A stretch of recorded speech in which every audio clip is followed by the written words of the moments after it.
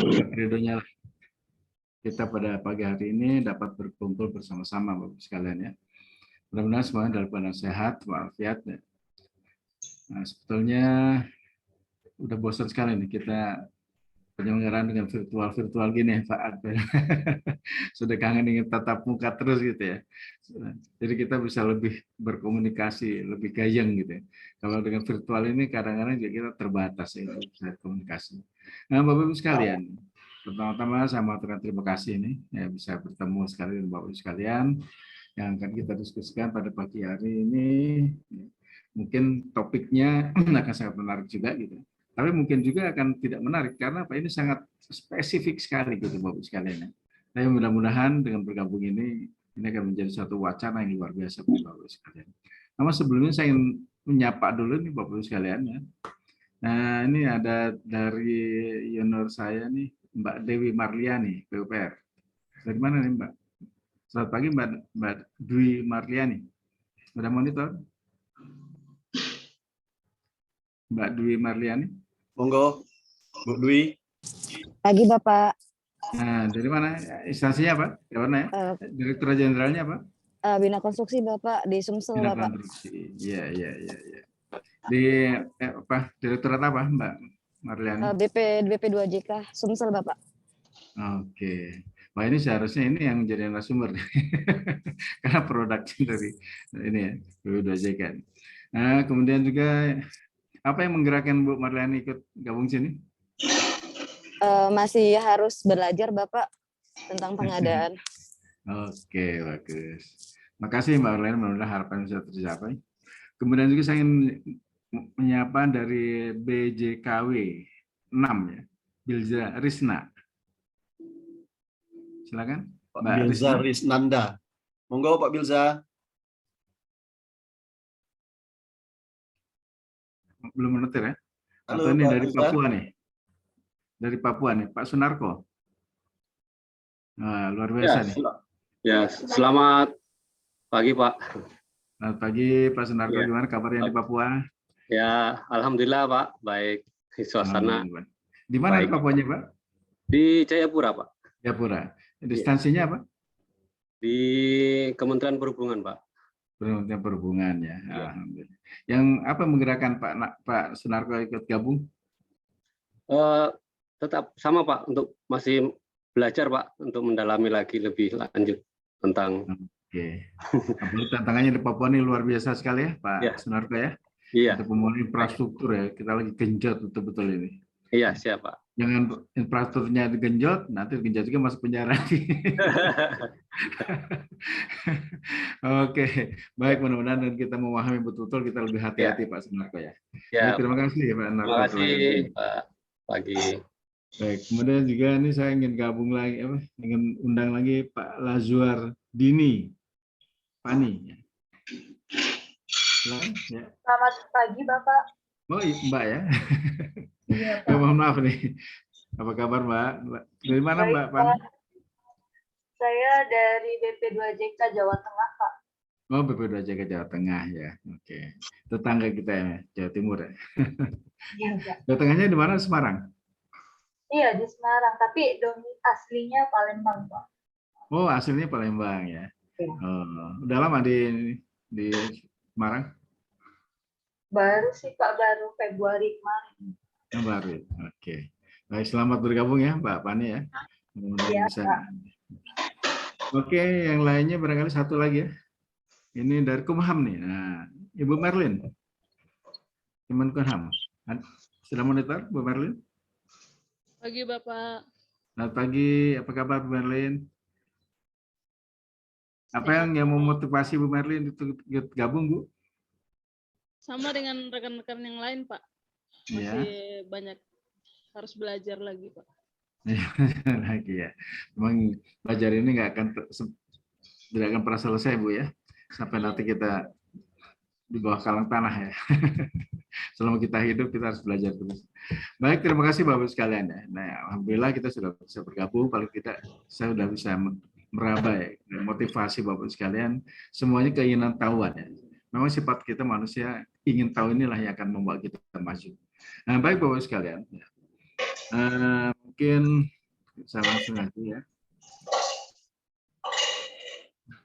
Jadi yang akan kita diskusikan ini sangat spesifik Bapak sekalian. Jadi analisa harga satuan pekerjaan konstruksi. Nah, konstruksi di sini.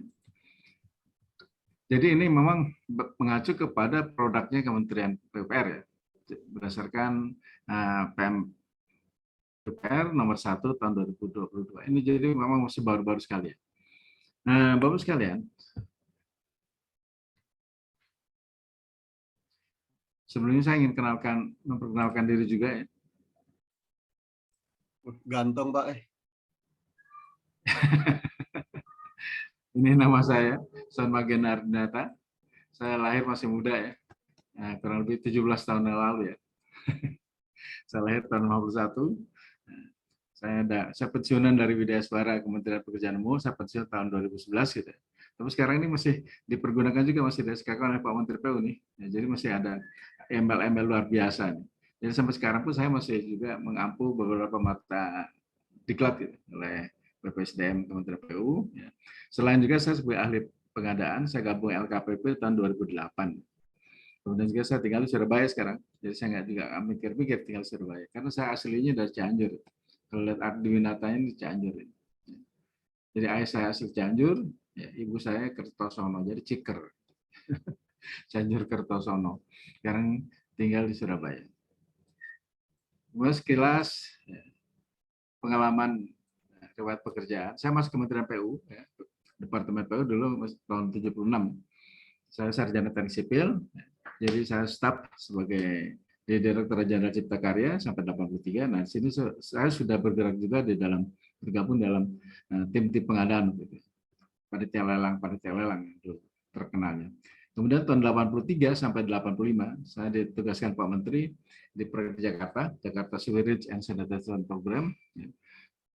Jadi saya lebih banyak pengalaman di dalam urban infrastruktur, yaitu yang bangunan air limbah, persampahan, drainase, gitu, perumahan gitu. Itu kemudian tahun 85 selesai, kemudian kirim ke Medan dengan proyek yang sama gitu, Medan Urban gitu. Termasuk juga semua Sumatera Utara. Nah, kemudian tahun 89 saya dikirim ke Surabaya. Kemudian bersama Pak Purnomo Kasidi waktu itu membedani Surabaya Urban Development Program, termasuk juga semua di Jawa Timur. Kemudian 97 saya menjadi salah satu eselon 3 di Dinas PU Cipta Karya nggak sampai 2 tahun. Kemudian diminta Wali Kota Malang jadi kepala dinas kebersihan, kepala dinas Kipraswil waktu itu yang sekarang PU. Kemudian juga kepala Badan Lingkungan Hidup dan terakhir pariwisata. Kemudian saya mundurkan diri dari kepala dinas. Kemudian 2007 saya kembali ke Widya Aswara, kembali ke PU menjadi Widya Aswara dan pensiun 2011. Nah, sampai sekarang saya masih juga mengampu di Kementerian PU ya, beberapa mata ajar gitu. Termasuk juga saya pengurus IAP DPD Jawa Timur. Kemudian juga sekarang saya bergabung juga dengan Pak Abel ya, di PPLC. Baik Bapak Ibu sekalian. Jadi akan kita diskusikan ini adalah Peraturan Menteri PU ya, atau nomor 1 tahun 2022 tentang pedoman penyusunan perkiraan biaya pekerjaan konstruksi. Nah, sini. Tapi di sini ada kata-kata bidang PUPR.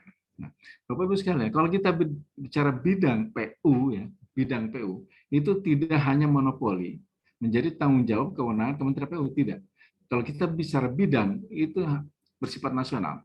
Karena setiap kota, kabupaten, provinsi, semuanya ada bidang itu.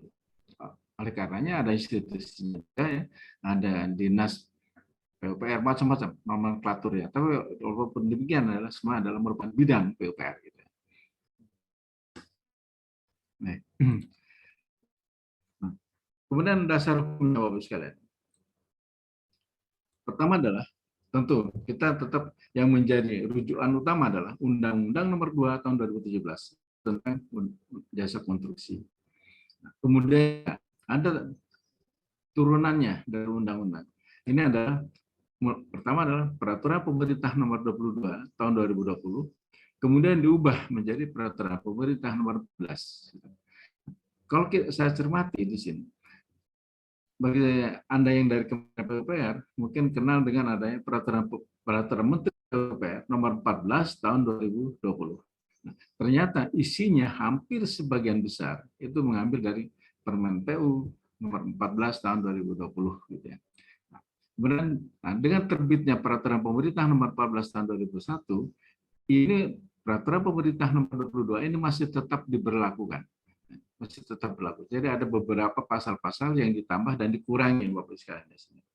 Nah, kemudian tentunya dalam kita bicara proses pengadaan barang jasa tidak lepas juga dari Perpres 16 ya, 2018 itu. Dan sekarang ada perubahannya juga Perpres 12 tahun 2021. Bahkan sekarang ada wacana juga kelihatannya mungkin ada perubahan lagi nih Perpres 12 karena apa? Memang kita bicara proses pengadaan barang jasa ini dengan pasar ini luar biasa bergejolak perubahan-perubahannya. Jadi memang peraturan ini harus bisa mengikuti secara fleksibel gitu ya, mengacu kepada perkembangan pasar. Gitu. Nah, oleh karenanya di dalam diklat sekarang untuk yang sertifikasi berubah yang namanya TK dasar sekarang menjadi level 1. Nah, level 1 ini adalah lebih banyak kepada bagaimana meningkatkan kompetensi bagi pelaku-pelaku pengadaan. Di sini kalau dulu dalam tingkat dasar ini Bapak Ibu cukup paham saja, cukup memahami. Nah, tapi sekarang di dalam level 1 di sini sudah bicara tentang kompetensi, Bapak Ibu diharapkan bisa menjelaskan dan sekaligus bisa melaksanakan. Nah, jadi di sini perbedaannya Bapak sekalian. Dan ini baru tahun ini kita laksanakan dan mudah-mudahan ini kalau kita masih dalam rangka baru mungkin ya. Jadi hasilnya pun sangat minim sekali. Dan mudah-mudahan nanti berikutnya akan kembali normal seperti tingkat dasar. Kemudian juga ada aturan lain itu adalah Peraturan Kepala LKPP nomor 12 tahun 2021. Ini untuk barang jasa melalui penyedia. Nah, sedang peraturan ini Bapak sekalian, ini tebal sekali, sangat detail sekali. Bahkan lembarnya itu tidak kurang dari hampir 5.000 lebih, 5.800. Tebal sekali Bapak sekalian. Kemudian juga tentunya Permen PUPR ya, nomor 1 22 tentang pedoman penyusunan perkiraan biaya konstruksi bidang PUPR. Nah, Bapak-Ibu sekalian, kalau kita bicara tentang masalah jasa konstruksi, itu berdasarkan peraturan pemerintah nomor 22 tahun 2020, tentang peraturan pelaksanaan dari undang-undang ini. Kalau kita bicara jenis usaha jasa konstruksi, jadi meliputi jasa konsultasi, jasa konsultasi konstruksi, jasa konsultasi konstruksi, dan pekerjaan konstruksi. Nah, sekarang ditambah lagi dengan pekerjaan konstruksi terintegrasi. Nah, jadi kalau kita bicara jenis usaha jasa konstruksi, ini meliputi jasa konsultasi konstruksi, ya, karena ada jasa konsultasi non-konstruksi, seperti misalnya advisor, konsultan ekonomi, konsultan, ya, jadi yang non-konstruksi. Nah, jadi pekerjaan konstruksi dan pekerjaan terintegrasi. Sedangkan terintegrasi ini adalah jenis-jenis barang jasa ya, yang tidak sejenis digabungkan menjadi satu, gitu. Memang menurut sifatnya harus digabung, gitu ya. Tapi hati-hati juga barang jasa yang tidak sejenis, gitu ya. Ya memang harus digabung, tapi ada juga yang memang tidak bisa digabung. Ya. Tidak bisa digabung. Oke. Kemudian berikutnya, di dalam peraturan pemerintah nomor 22, karena masih berlaku Bapak sekalian, kita lihat dulu istilah-istilahnya. Jadi jasa konstruksi adalah layanan jasa konsultasi konstruksi dan atau pekerjaan konstruksi. Nah, sekarang ditambah lagi ada pekerjaan terintegrasi tadi. Kemudian konsultan konstruksi adalah layanan keseluruhan atau sebagian kegiatan yang meliputi pengkajian, perencanaan, perancangan. Nah, sini sekarang ditekankan. Di dalam Undang-Undang Jasa Konstruksi ini ada perencanaan, ada perancangan. Gitu. Kalau dulu hanya satu aja perencanaan.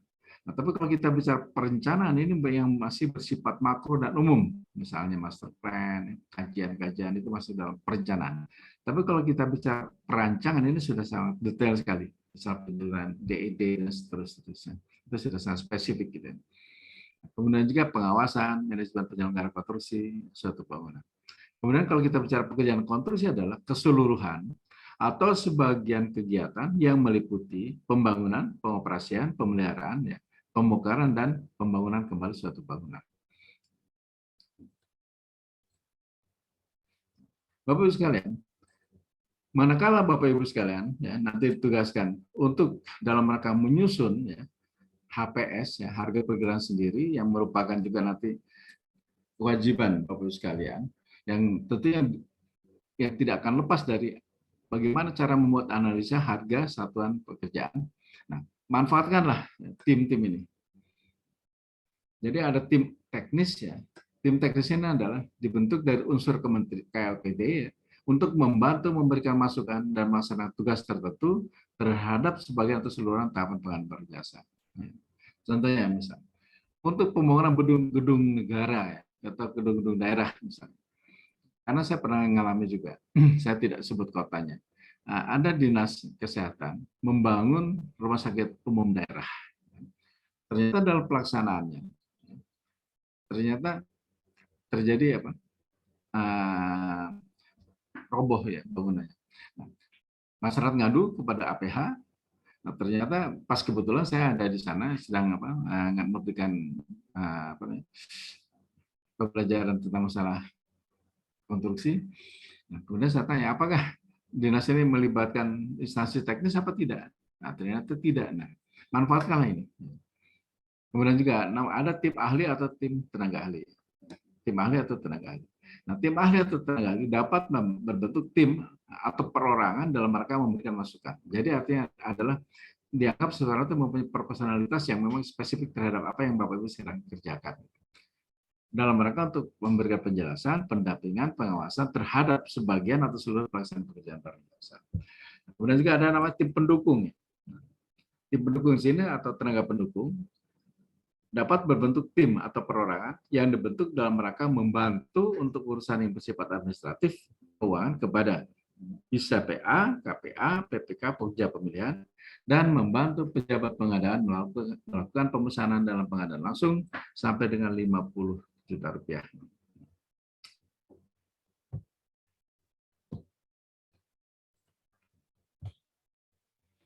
Bapak Ibu sekalian, mari kita sepakati itu. Harga itu sebetulnya apa sih? Karena sebetulnya gini Bapak Ibu sekalian, bahwa kadang-kadang kita selalu terjebak dalam rangka menyusun HPS gitu ya. Kita hanya berdasarkan misalnya kita pengalaman data-data kontrak ya. Share screen-nya keluar ya? Ya, enggak sengaja Mas Sam. Oke. Nah, jadi gini Bapak Ibu sekalian, karena sesungguhnya bahwa harga yang tahu itu adalah penjual. Ya, kita sama sekali tidak tahu. Jadi yang tahu persis itu adalah penjual, artinya apa? Pasar. Gitu. Nah ini, oleh karena yang tahu persis pasar, jadi berarti, nah Bapak Ibu sekalian harus tahu persis ya, bagaimana men-scan-nya. Ya. Mungkin ada yang mau dikomentari Bapak Ibu sekalian? Seperti misalnya Bu Marliani. Ya. Silahkan dibuka Bu Marliani. Iya Bapak, maaf Bapak lagi di jalan Bapak. Nah, sekarang lagi jalan ya, tapi nggak ganggu, nggak Iya, nyupir, nggak nyupir. Enggak, nyetir sih Pak, nggak apa-apa sih Pak. Jangan kalau itu nanti yang lain aja, nanti konsentrasinya terganggu nanti. Ya Oke, Bapak, maaf Bapak. Ya. Enggak, saya ingin nanya ini aja. Kalau misalnya Ibu Marliani mau belanja, ya, itu gimana? Yang Ibu tahu harga itu atas penonton sendiri atau memang dari pasar? Misalnya Ibu mau belanja pasar atau apapun namanya. Oke, yang lain mungkin Mbak Dewi Pangestuti ya. Silakan, Bu Dewi. Monitor. Atau Pak Sunarko, silakan. Pak Narko. Ya Pak, bagaimana Pak tadi? Misalnya kalau Pak Sunarko mau belanja ya sesuatu, Ya. itu tahu harganya gimana Pak? Bapak yang menentukan sendiri atau gimana? Mau belanja Pak ini ya? Ya, mau belanja. Pastinya kan tanya dulu Pak. Jadi tanya berarti kan Bapak tidak tahu sebetulnya harga itu berapa kan gitu? Iya. Nah, jadi memang, nah di sinilah kita yakin semua bahwa sepakat bahwa yang tahu harga itu adalah si penjualnya, ya. Betul ya? Nah, oleh karenanya dari situ kita akan coba sepakati, ya. Jadi harga konsepsinya adalah menurut penjual adalah sumber pendapatan plus keuntungan. Jadi harga merupakan cara untuk membedakan penawaran dari si pesaing. Jadi masing-masing penjual ini mempunyai trik-trik tersendiri, gitu ya. Kemudian juga harga menurut konsumen. Menurut pembeli, ya, adalah biaya moneter yang dikorbankan untuk memperoleh atau memiliki manfaat barang dan layanan suatu produk. Jadi biaya moneter itu adalah uang. Atau misalnya bentuk yang lain, dalam bentuk barter segala macam. Jadi artinya apa? Pengertian harga adalah nilai uang yang harus dibayarkan oleh konsumen kepada penjual atas barang jasa yang dibelinya, dan kata lain, harga adalah nilai suatu barang jasa yang ditentukan oleh penjual. Nah, inilah kata kuncinya. Jadi barang jasa yang ditentukan oleh penjual. Ya. Nah, tapi dengan demikian, kita tentunya harus juga mempunyai patokan. Ya. Jangan semena-mena, wah ini memang harga pasar sekian. Nah, karena apa? Suatu ketika kita akan dimanfaatkan dalam rangka untuk menegosiasi.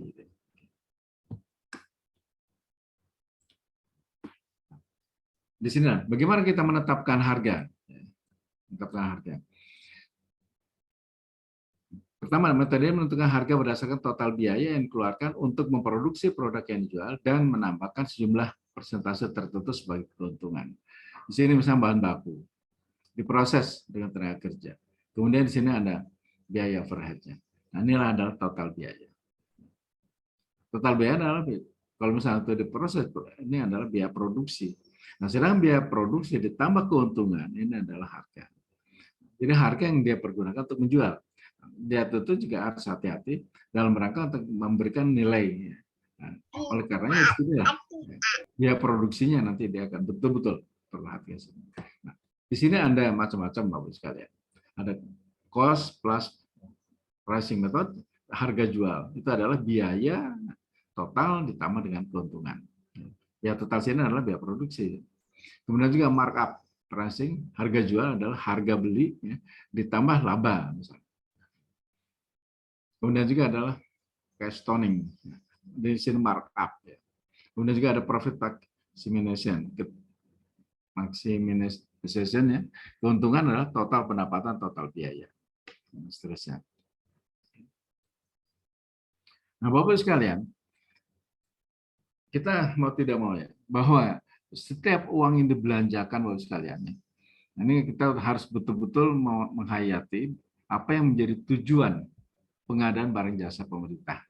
Terutama Bapak Ibu sekalian sebagai pelaku-pelaku pengadaan dari KLPD, Kementerian Lembaga Perangkat Daerah, gitu, bahwa tujuan itu adalah bahwa setiap uang yang Bapak Ibu belanjakan ini harus tepat. Tepat apa? Tepat kualitasnya, tepat jumlahnya, tepat waktunya, tepat biayanya, tepat lokasi, dan tepat penyedianya. Tepat kualitas, jadi berarti Bapak Ibu sekalian harus merumuskan spesifikasi teknis sesuai dengan yang dibutuhkan oleh organisasi. Gitu. Jangan terlalu tinggi, akan mengakibatkan biayanya mahal, kemungkinan juga tidak ada penyedianya. Gitu. Dan juga jangan terlalu rendah, walaupun murah, tapi kadang-kadang nanti tidak bisa memberi kelancaran bagi organisasi. Demikian juga jumlahnya, kita harus lihat jumlahnya, lihat stok barang kita. Kemudian juga berapa yang kita butuhkan. Jangan sampai kita membeli barang terlalu over, akibatnya penempatan susah segala macamnya gitu.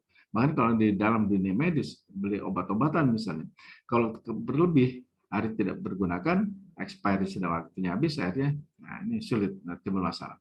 Kemudian demikian juga waktunya, ya. Waktu pengadaannya ini harus tepat, betul-betul harus dihitung misalnya ini. Nah, kemudian biayanya. Nah, ini Bapak Ibu sekalian. Biaya di sini jangan juga kita lihat biaya yang murah, bukan yang murah ya. Biaya yang sesuai dengan harga pasar, Bapak sekalian. Nah, demikian juga lokasi kedatangannya harus tepat sekali. Ya.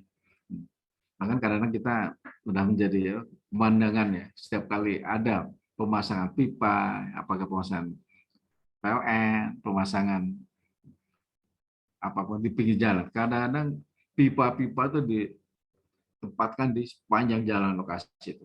Itu betul apa tidak? Seharusnya tidak demikian. Itu jadi berarti ditempatkan dalam satu tempat tersendiri, setelah mau dipasang baru dibawa langsung dipasang, ditanam di lokasi tanah itu. Nah, jadi lokasi ini pun harus betul-betul dihitung secara tepat. Dan penyediaannya apa? Nah, penyedia inilah lakukanlah proses pemilihan dan tender secara benar sesuai dengan prinsip-prinsip pengadaan. Prinsipnya yang paling utama adalah lakukan secara transparan, terbuka, dan terjadi kompetitif. Tapi kadang-kadang itu tidak terjadi karena ada intervensi.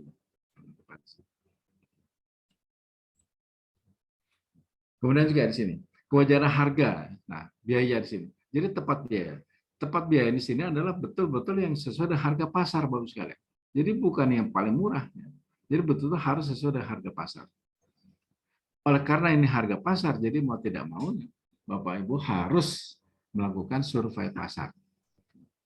Kemudian juga lokasi bagaimana kondisinya, syarat-syarat ketentuan yang menyertainya seperti apa? Seperti misalnya pada waktu awal terjadinya pandemi COVID misalnya. Itu luar biasa. Untuk masker aja, harganya yang sekarang hanya ribuan, itu pada waktu itu sampai menembus sampai puluhan ribu. Dan barangnya tidak ada. Nah, banyak yang ngeluh, udah sekarang beli aja.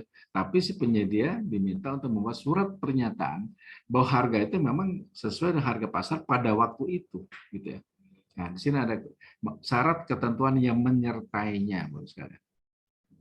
Nah, kemudian juga dalam Perpres 16 dan Perubahan 12, tepat biaya adalah harga yang ditawarkan penyedia tidak terlalu murah, ya, memenuhi kewajaran harga. Nah, di sini wajar harga ini kita bandingkan dengan apa? Harga satuan yang kita miliki, ya, yang kita buat, kita susun. Nah, jadi berarti tingkat akurasinya harus betul-betul bagus sekali agar bisa dipergunakan untuk sebagai pembanding. Kemudian juga tidak terlalu mahal. Ya. Nah, di sini dibatasi ada nama total HPS atau nilai HPS itu wajib diumumkan. Kemudian juga bagaimana? Harga satuan timpang. Harga satuan timpang wajib. Pernah dengar Bapak Ibu? Harga satuan timpang?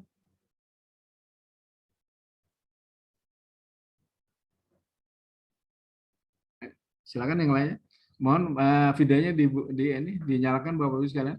Jadi saya bisa jadi tidak merasa kesepian. Pak Joko, mungkin apa kabar Pak Joko? Alhamdulillah baik Pak. Baru nganter anak nih Pak, baru sampai rumah. Ya, harga timpang ya itu Pak. Apa ya? Saya ini bukan orang sipil sih, tapi pernah mengalami kasus gitu. Artinya ya dari penawaran yang terlalu rendah atau bahkan kita suruh metanin Pak, harga satuannya itu yang timpang yang mana gitu. Nggak tahu benar atau enggak gitu ya. Gitu Pak. Nah, jadi artinya apa? Harga dasar analisa ini harus betul-betul ya. Analisa harga dasar pekerjaannya harus betul-betul akurat. Jadi kita bisa membandingkan.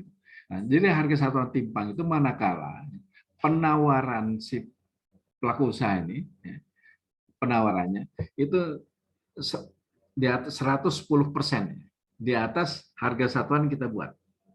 Jadi 110%. Nah, ini harus diklarifikasi.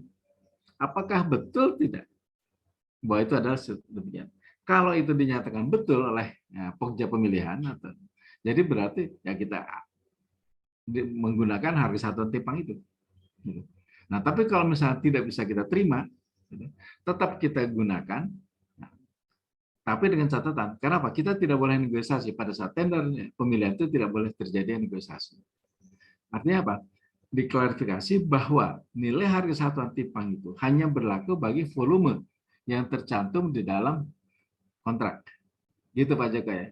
Manakala Pak Joko nanti mau mengadakan pekerjaan tambah kurang, tidak boleh menggunakan harga satuan timpang. Itu harus dibuatkan klarifikasi secara tegas, Pak. Jadi nanti kembali, manakala, contoh gini, misalnya, Pak Joko mau beli laptop ya.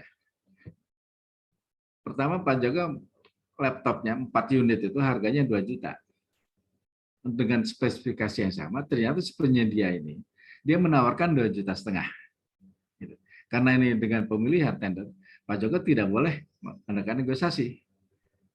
Nah, ternyata yang satuan timpang, oke, kita pergunakan. Tapi nanti begitu Pak Joko mau menambah jumlah laptop yang 4 ini menjadi 6 misalnya. Yang 2 ini tidak boleh lagi menggunakan satuan timpang. Gitu Bapak Ibu sekalian. Gitu Pak Joko ya. Jadi tetap harus menggunakan harga satuan yang Bapak buat, yaitu 2 juta. Nah, itu harus disepakati oleh penyedia. Jelas Pak Bapak sekalian? Oke. Sekarang saya kembali ke ini.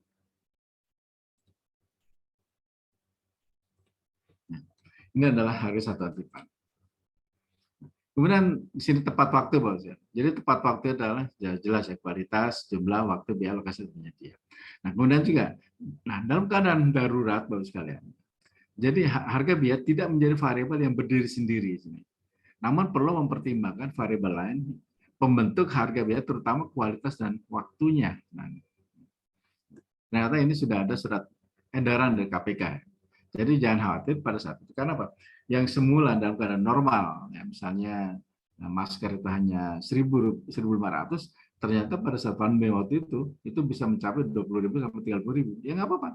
Asal ada variabel-variabel yang mendukungnya. Gitu.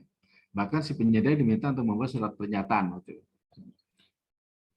Kemudian dengan demikian prinsip pengadaan dalam mengadakan darurat adalah fokus pada efektif, transparan, accountable. Jadi dengan protokol KPP. Agar pelaku pengadaan tidak terjebak mencari biaya paling efisien yang dapat mengabaikan situasi kedaruratan yang membutuhkan ketersediaan barang jasa dengan cepat, tepat, tanggap untuk keselamatan. Nah, jadi kata kuncinya adalah keselamatan. Sini, kita tahu, ini saya flashback sedikit ya, bahwa jenis barang jasa itu adalah barang, ya, pekerjaan konstruksi, jasa konsultasi, dan jasa lainnya. Kalau barang jelas Bapak sekali. Jadi bergerak tidak bergerak ya, bisa terlihat bergerak tidak bergerak ya, atau bisa berwujud tidak berwujud. Namun itu bisa dipergunakan oleh pengguna jasa. Kalau pekerjaan konstruksi tadi sudah saya singgung, ada suatu pembangunan ya, bisa pembangunan, perawatan, pemeliharaan dan seterusnya. Kemudian jasa konsultasi di sini lebih banyak pada brainware, pemikiran-pemikiran, itu jasa konsultasi. Kemudian juga kalau jasa lainnya di sini lebih banyak pada keterampilan. Nah, ini hati-hati sekali Bapak sekalian, jangan sampai keliru ya untuk menentukan jenis barang jasa. Karena apa? Nanti manakala Bapak Ibu sekalian akan membuat HPS ya, manakala kalau keliru ini akan menjadi permasalahan sendiri nanti Bapak sekalian. Oke, sekarang sebagai gambaran.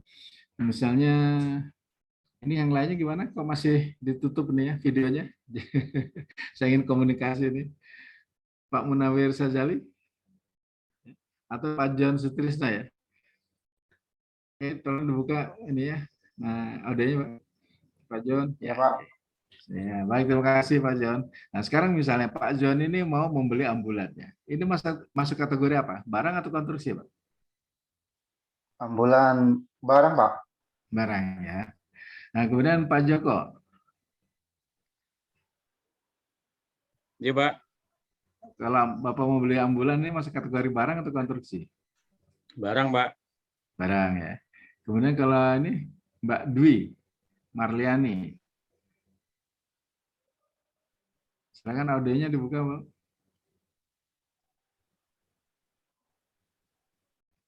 Nggak menutar kayaknya. Mbak Dwi Pangestuti. Nggak juga. Ibu Marlin.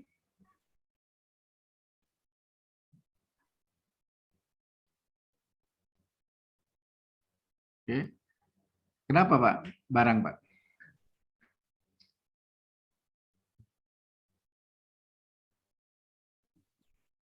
Apa ya? Oke, nggak usah Pak. Kita diskusi aja. Nggak perlu di nggak perlu di ini kali ya, nggak perlu dibangun, nggak perlu diolah lagi kali ya. Atau Betul. Nah sekarang kalau misalnya Pak Joko membeli ambulan, coba datang ke dealer-dealer kemanapun, ada nggak? Ready stock nggak? Nggak ready sih Pak. Nah jadi berarti kalau barang itu ya barang jadi gitu ya, itu udah langsung ada di pasaran gitu ya. Nah di sini hati-hati sekali Pak. Jadi jangan sampai keliru ya. Nah, baik, ini sebagai gambaran aja Bapak sekalian. Sekarang kalau kita lihat, nanti kalau Bapak Ibu keliru memilih jenis barang jasa, nanti pada saat menyusun HPS-nya, menyusun analisis harga satuan pekerjaannya akan kacau Bapak sekalian. Sekarang kita lihat sini Bapak. Jadi pada saat menyusun HPS nanti, Diperlukan pemahaman atas keseluruhan proses ya. Jadi sini adalah jenis barang jasa. Kita harus tahu sih item-item pekerjaannya sini. Nah, setelah kita menyusun spesifikasi teknis, menyusun APS. Nah, sini ada dua. Semuanya adalah barang, Bapak. Semuanya barang. Tapi kita bagi dua. Ada barang produksi dan ada barang jadi. Barang produksi semuanya adalah barang. Barang produksi dan barang jadi. Oke. Kalau barang produksi itu adalah barang yang untuk dapat digunakan oleh pengguna barang jasa harus diproses terlebih dahulu. Nah, harus melalui suatu proses terlebih dahulu. Termasuk dalam barang produksi adalah, nah, di sini. Jadi barang produksi ini bisa jasa konsultasi, bisa jasa lainnya, atau bisa pekerjaan konstruksi buat sekalian. Ya. Jadi harus diproses terlebih dahulu. Nah, jadi masuk kategori barang produksi ini bisa jasa konsultasi, bisa jasa lainnya, atau pekerjaan konstruksi. Nah, kemudian kalau barang jadi, Bapak sekalian, adalah barang yang sudah tersedia di pasar dan bisa langsung digunakan oleh pengguna barang jasa. Contoh misalnya mobil, kertas, printer, dan laptop. Termasuk juga software, itu adalah barang jadi ya. Jadi berarti masuk kategori barang. Nah, sekarang kita di sini. Ini adalah barang jadi. Nah, sekarang kalau barang produksi, Bapak sekalian. Nah, jadi di sini bisa konstruksi, bisa jasa lainnya, bisa konsultasi. Nah, sekarang kalau kita lihat, ini tidak lepas dari indikator ada 3. Semuanya membutuhkan bahan, peralatan, dan tenaga kerja. Gitu ya. Konstruksi, bahannya paling banyak ya, Bapak sekalian. Banyak sekali bahan. Peralatannya relatif sedikit. Tenaga kerjanya sesuai. Kemudian kalau jasa lainnya, peralatan yang dominan. Bahannya relatif sedikit, tenaganya relatif sedikit. Tapi kalau jasa konsultansi, yang paling dominan adalah tenaga orangnya, kan itu. Peralatannya relatif sedikit dan materi sedikit. Karenanya jelas, baik pekerjaan konstruksi, jasa lainnya maupun jasa konsultasi, pasti membutuhkan ada material bahan, ada peralatan, dan ada tenaga kerja. Nah, oleh karenanya dalam diskusi kita, saya akan lebih mengarahkan kepada material, peralatan, dan tenaga kerja, gitu ya. Ini nanti kaitan dengan analisis harga pekerjaan. Sekarang Bapak sekalian, di dalam Perpres bahwa dalam menyusun itu semuanya, yang nantinya mengarahnya pada HPS itu adalah menjadi tugas PPK, pejabat pembuat komitmen. Karena PPK harus memahami, oleh karenanya PPK harus memahami tentang karakteristik barang jasa yang diadakan dan kecenderungan harga. Nah, oleh karena PPK di sini harus betul-betul menguasai itu.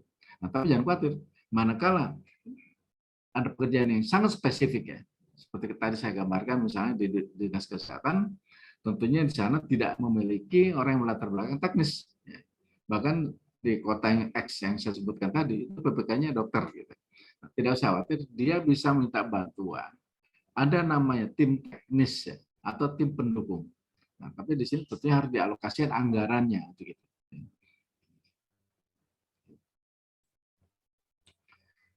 Jadi ini adalah tugasnya PPK.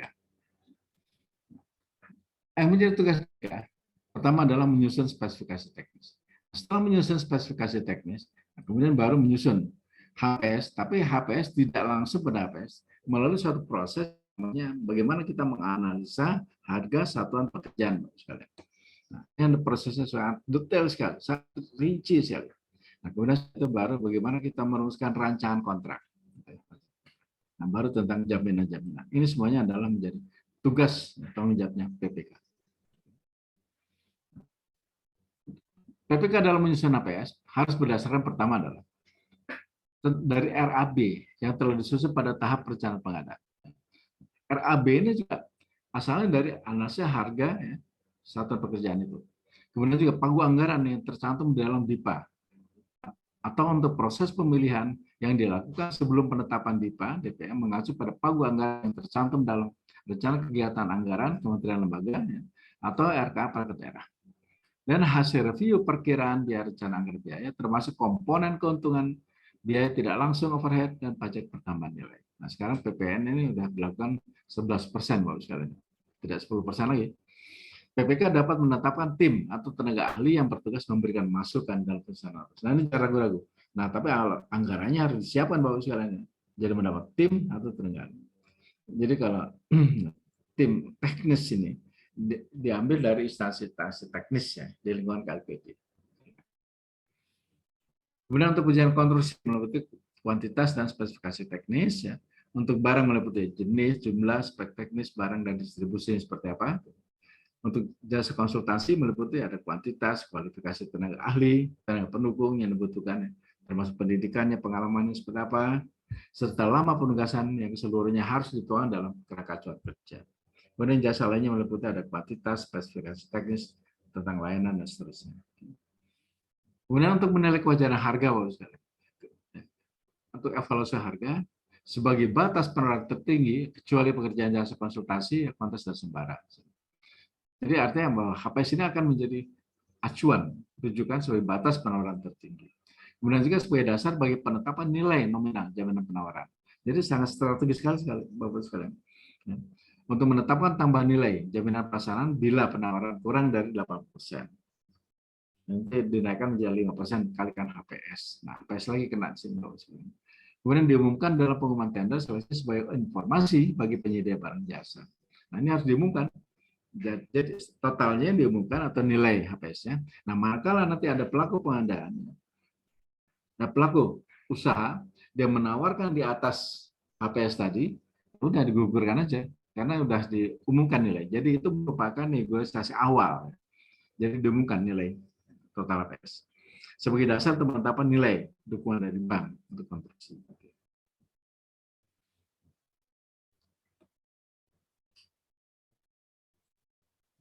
Sebagai patokan dalam hal keseluruhan penawaran misalnya melebihi HPS, nah di sini berarti tender seleksi gagal karena seluruh penawaran di atas HPS maka dapat dilakukan dua hal, berubah spek teknis ya, atau dilakukan revisi. Jadi kemungkinan bahwa ini nggak benar gitu HPS-nya. Kemudian sebagai acuan bila ada indikasi kuat KKN, nah, demikian juga dengan kita menyusun HPS yang benar-benar gitu, jadi kita bisa menduga akan terjadi ada dugaan kuat terjadi KKN di antara penawar. Sebagai bahan perhitungan penyusunan harga eskalasi, sebagai acuan dalam negosiasi harga pada proses penunjukan pengadaan langsung dan pada seleksi jasa konsultasi. Kemudian juga dasar untuk menetapkan jaminan pelaksanaan, jaminan sangat lanjut.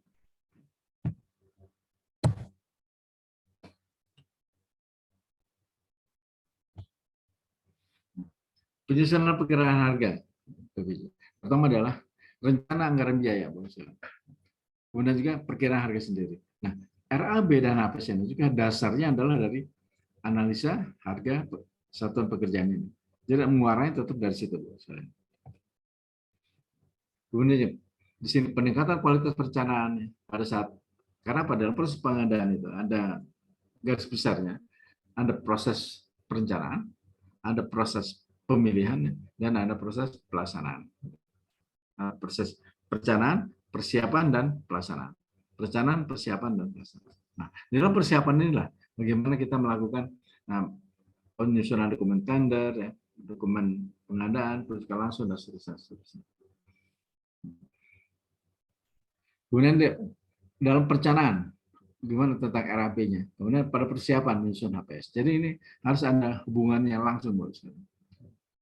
Nah, pada tahapan perencanaan atau anggaran pengadaan, BPK melakukan review terhadap ketersediaan biaya pendukung. Nah, biaya pendukung ini harus betul-betul disiapkan. Untuk apa?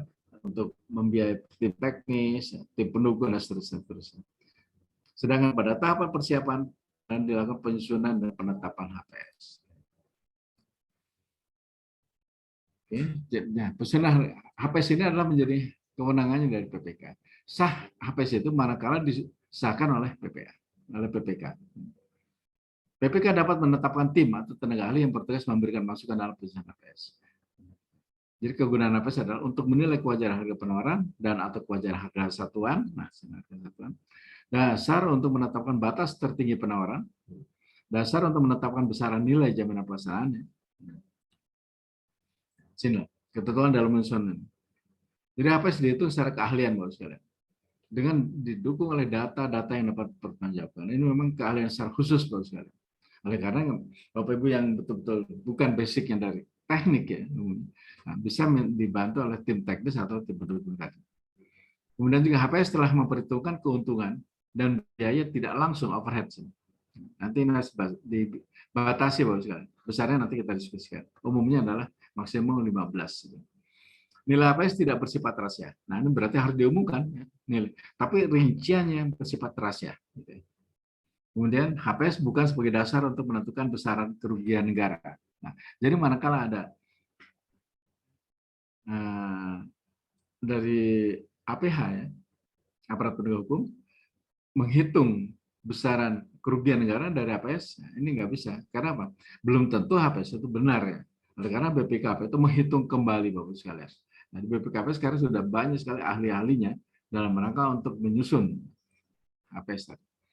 Kemudian dikecualikan untuk pokok anggaran sampai dengan 10 juta, purchasing dan tender pekerjaan terintegrasi tidak perlu menyusun HPS. Kemudian ini HPS harus selalu up to date ya. Jadi tidak boleh lebih lama dari 28 hari.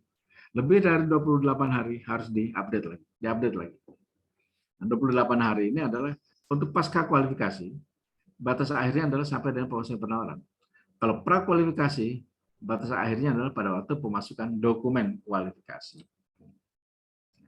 Sekarang kita masuk pada Permen PU nomor 1/22. Pedoman perkiraan biaya pekerjaan konstruksi, bidang pekerjaan umum dan perumahan rakyat.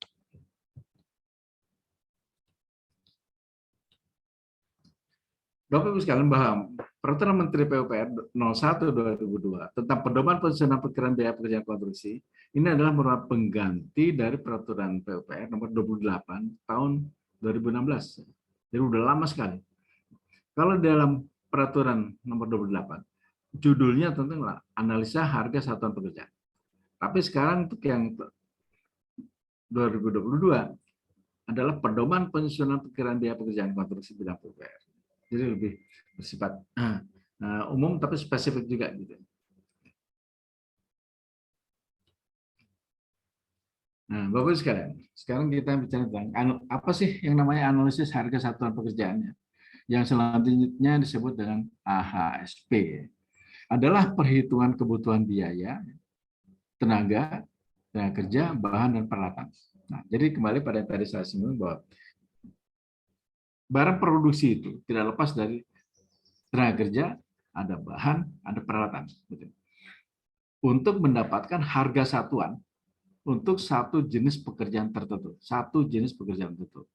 Jadi berarti analisis harga satuan pekerjaan adalah perhitungan kebutuhan biaya tenaga kerja, bahan, dan peralatan untuk mendapatkan harga satuan jenis pekerjaan tertentu. Nah, Bapak sekalian, saya sudah kirim nanti materinya. Peraturan Menteri PUPR nomor 1-nya plus lampirannya yang bagian pertama. Nah, bagian pertamanya lebih spesifik bagaimana kita menyusun tenaga kerjanya, bahannya, dan peralatannya. Itu sekalian. Materi pokoknya ya, di dalam Permen PU itu pertama adalah analisis ya, harga satuan dasar pekerjaan komponen dasar. Nah, ini yang saya berikan lampiran pada Bapak sekalian. Nah, sedangkan di dalam Permen PU tadi ya 01, selain itu masih ada lagi analisis harga satuan dasar bidang sumber daya air, sumber ya, dari bidang-bidang marga dan bidang cipta karya. Nah, yang ini saya tidak akan rinci ya, karena waktunya sangat terbatas. Jadi saya lebih cenderung kepada analisis harga satuan dasar pekerjaan komponen dasar. Komponen dasar apa? Tenaga kerja, ya, bahan, dan alat. Baik. Sedangkan di pasal 2 ayat 1, pedoman analisa harga satuan pekerjaan bidang pekerjaan umum dimaksudkan sebagai acuan dalam menghitung biaya pembangunan sebagai kelengkapan dalam proses pekerjaan konstruksi dan digunakan sebagai suatu dasar dalam menyusun perhitungan APS atau Ordinary Estimate ya, atau OE atau HPP, harga perkiraan perencanaan. Nah, sini sudah masuk lagi ada harga perkiraan perencanaan atau engineering estimate tuh sekali. Untuk penanganan pekerjaan bidang pekerjaan.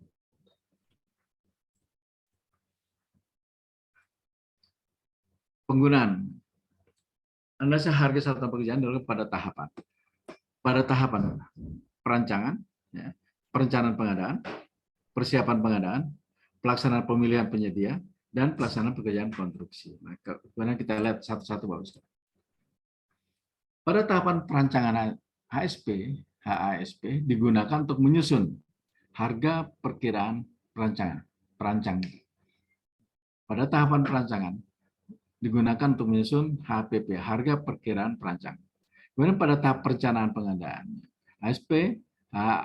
HSP digunakan untuk penyusunan rencana anggaran. Nah, jadi anggaran biaya juga berdasarkan pada HSP pada tahapan perencanaan. Pada tahapan persiapan pengadaan digunakan untuk menetapkan HPS dan atau menghitung koefisien komponen untuk penyesuaian harga.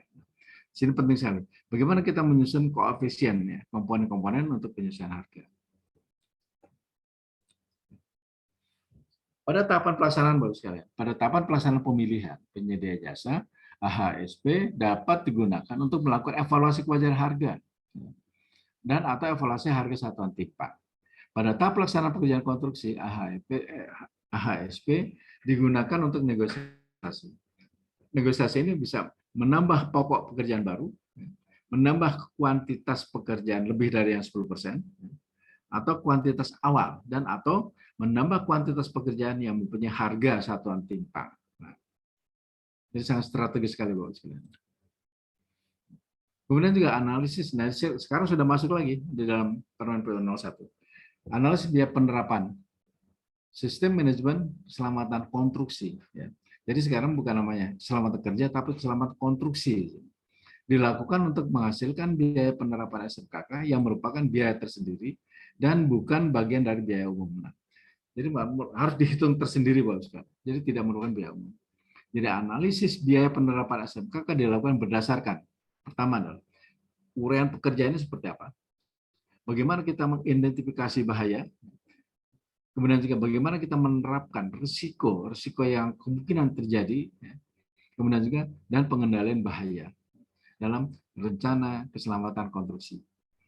Pengendalian terkait lalu lintas di dalam MLLP juga ada. Pengendalian terkait lalu lintas. Kemudian pengelolaan dan penguatan lingkungan hidup. Jadi RKPPL.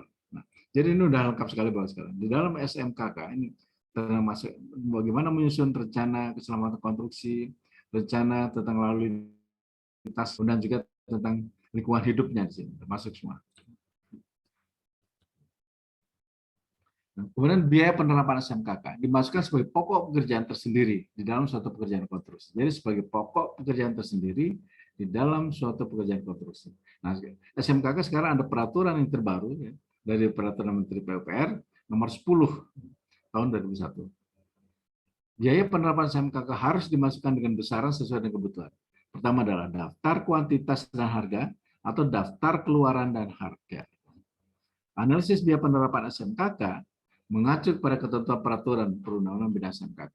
Nah, sini adalah Peraturan Menteri PUPR nomor 10 tahun 2001 tentang pedoman sistem manajemen keselamatan konstruksi.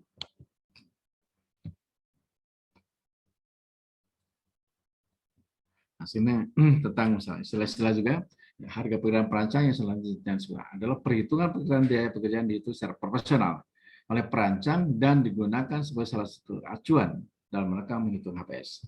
Harga perkiraan sendiri yang selanjutnya disebut HPS adalah perkiraan harga barang jasa yang ditetapkan oleh pejabat pembuat komitmen, ya, jadi PPK, yang telah memperhitungkan biaya tidak langsung, keuntungan dan pajak pertambahan nilai.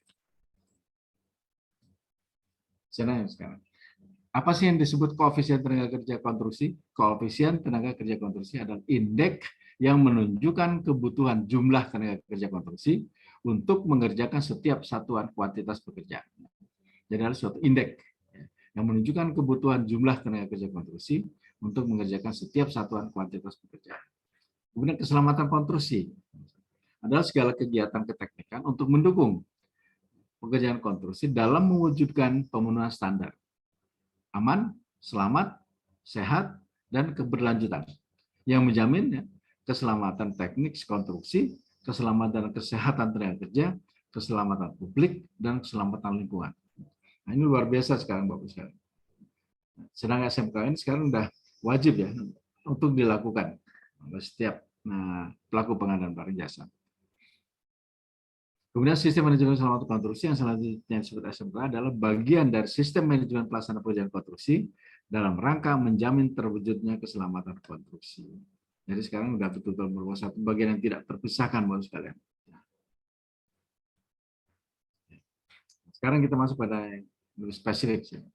Analisis harga satuan dasar secara umum, yaitu komponen dasar.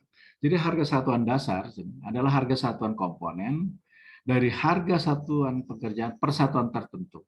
Misalnya harga komponen dari mata pembayaran dalam satuan tertentu, misalnya bahan bisa meter, meter persegi, meter kubik, kilogram, ton, sak, dan sebagainya. Peralatan misalnya unit, jam, hari, dan sebagainya. Upah tenaga kerja bisa jam, hari, bulan, dan sebagainya. Ini harga satuan dasar. Sedangkan komponen harga satuan dasar itu hanya ada 3. Tenaga kerja, peralatan, dan bahan. Sekarang tenaga kerja, jumlah dan keahlian tenaga kerja, tingkat kesulitan pekerjaan, ketersediaan alat, lamanya kerja, tingkat persaingan antar tenaga kerja. Nah, ini juga bertentukan. Kemudian peralatan. Perhitungan harga satuan dasar alat secara mekanis diperlukan input. Pertama, jenis alatnya seperti apa. Kemudian tenaganya, tenaga mesinnya, kapasitasnya, umur ekonomisnya, jam kerja per tahunnya seperti apa, dan harga pokok alat berapa. Dan besarnya biaya yang dikeluarkan pada komponen biaya alat yang meliputi biaya pasti dan biaya tidak pasti. Atau biaya operasi persatuan waktu tertentu untuk memproduksi satu satuan pengukuran pekerjaan tertentu adalah dengan HPS. Ini adalah untuk peralatan untuk sekalian. Sedangkan bahan material. Besarnya biaya yang dikeluarkan pada komponen bahan untuk memproduksi satu satuan pengukuran pekerjaan tertentu. Sedangkan harga satuan dasar bahan ini dapat dikelompokkan menjadi 3 bentuk. Harga satuan dasar bahan baku, bahan olahan, dan bahan jadi. Misalnya bahan baku, batu, pasir, semen, baja tulangan. Kemudian bahan olahan, agregat kasar, halus, campuran beton, semen, campur aspal, dan lain-lain. Harga satuan dasar bahan jadi misalnya, yang pancang, panel, pracetak, dan geosintetik. Pak Son, mohon izin. Silakan. Biar nggak ngantuk. Ya, monggo. Ya. Mana Pak Joko, silakan. Gini ya, tadi kan disebutkan koefisien lah. Ini sekarang ini kan banyak pakai material plesteran jadi, acian jadi nih. Gitu. Koefisiennya gimana Pak Son? Karena di referensinya belum ada gitu Pak Son. Iya. Terima kasih. Betul, terima kasih nih Pak Joko. Nah, jadi nanti sebetulnya yang jadi seperti itu ya, sebetulnya itu sudah ada ya. Jadi kita lihat aja, apakah itu sudah mengacu pada SNI apa belum gitu ya. Nah, kalau itu memang sudah ada standar SNI-nya dan sudah ada surat izin edar, segala macam, sudah kita pergunakan aja Pak Joko gitu ya. Sudah. Ya, maksudnya biasanya kita pakai yang harga yang dari provinsi ya Pak ya. Itu belum semuanya provinsi, terutama yang di luar Jawa itu biasanya belum ada Pak Son. Ya. Nah, jadi kalau memang itu belum ada ya, artinya kita harus survei betul-betul. Kalau itu misalnya Bapak beli jadi, belinya di mana, nah kemudian di lokasi kegiatan Bapak nanti ditambahkan biaya transportnya, biaya pengepakannya kan gitu ya. Nah, transportnya apakah nanti naik udara, apa naik laut kan gitu. Itu kembali mana tuh. Tapi yang jelas produknya itu tadi, apakah betul-betul sudah betul-betul aman? Aman di sini adalah baik secara legal hukum gitu, ataupun memang secara ini.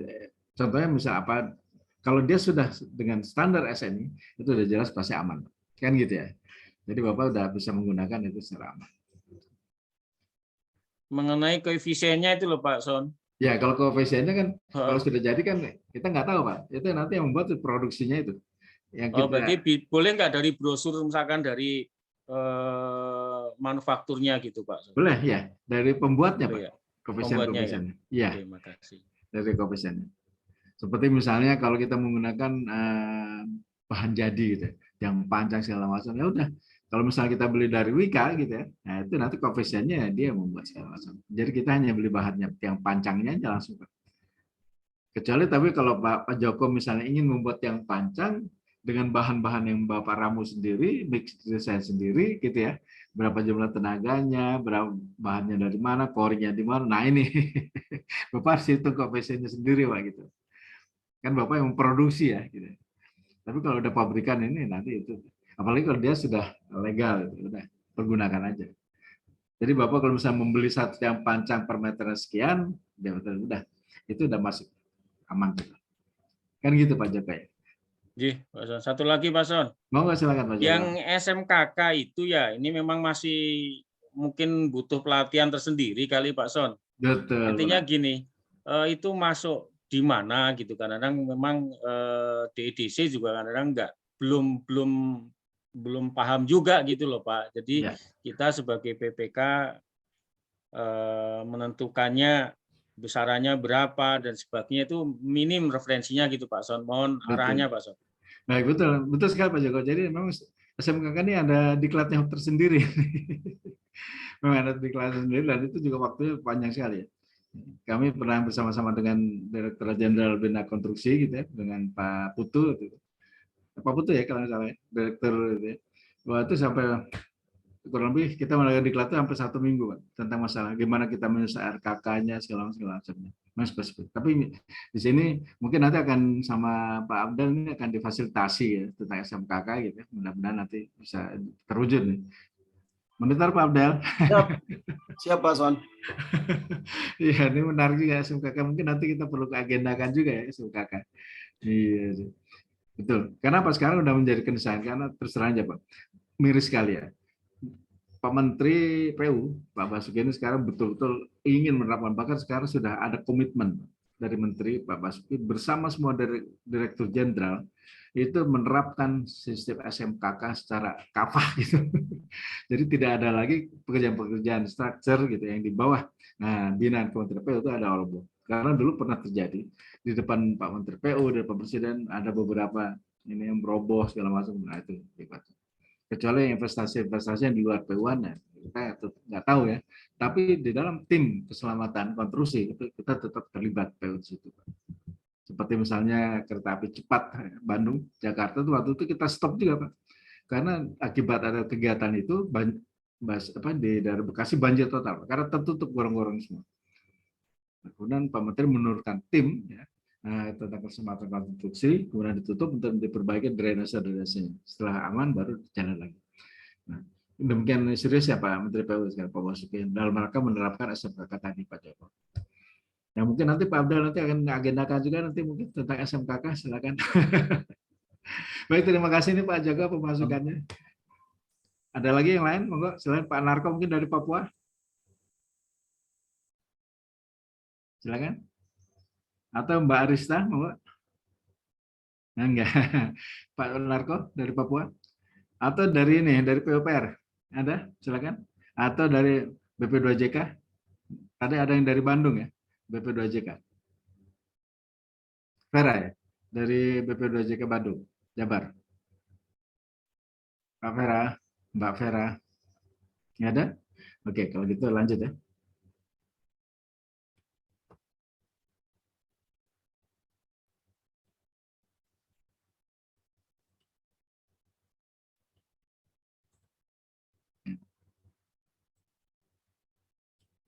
Nah, kemudian sekarang tentang istilah-istilah.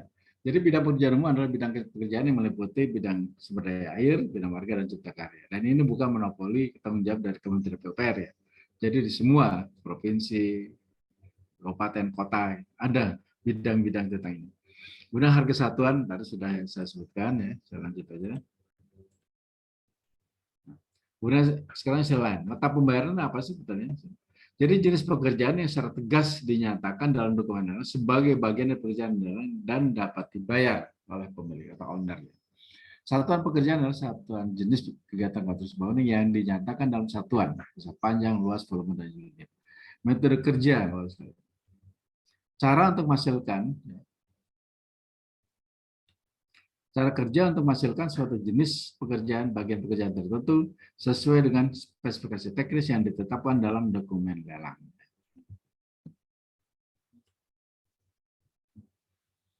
Kemudian daftar kuantitas, harga atau bill of quantities adalah daftar rincian pekerjaan yang disusun secara sistematis menurut kelompok bagian pekerjaan disertai keterangan mengenai volume dan satuan setiap jenis pekerjaan.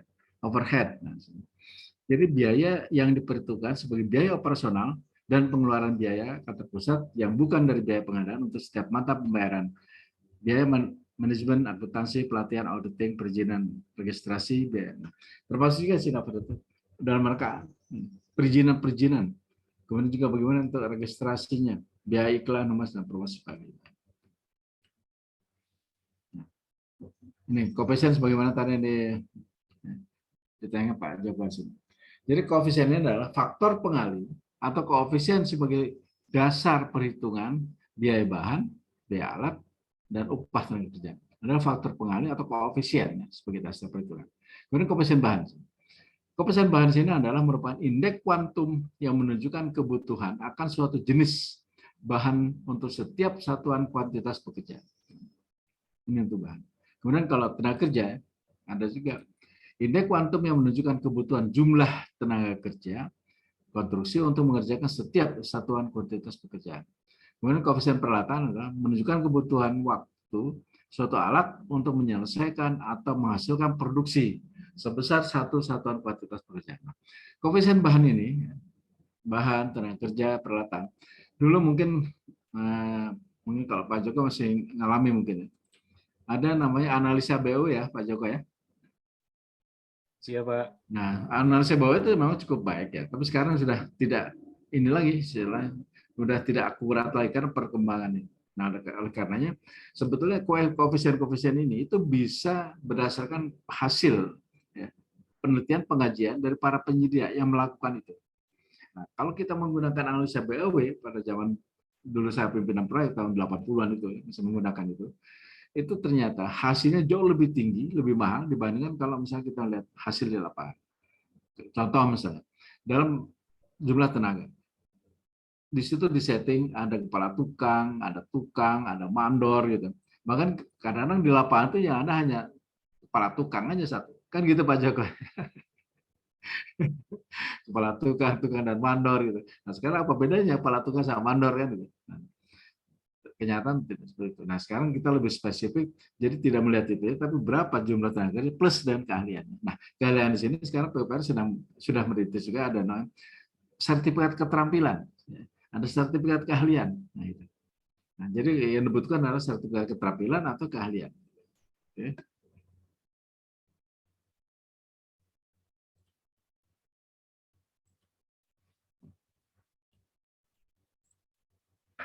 Oh, ini bagus sekali.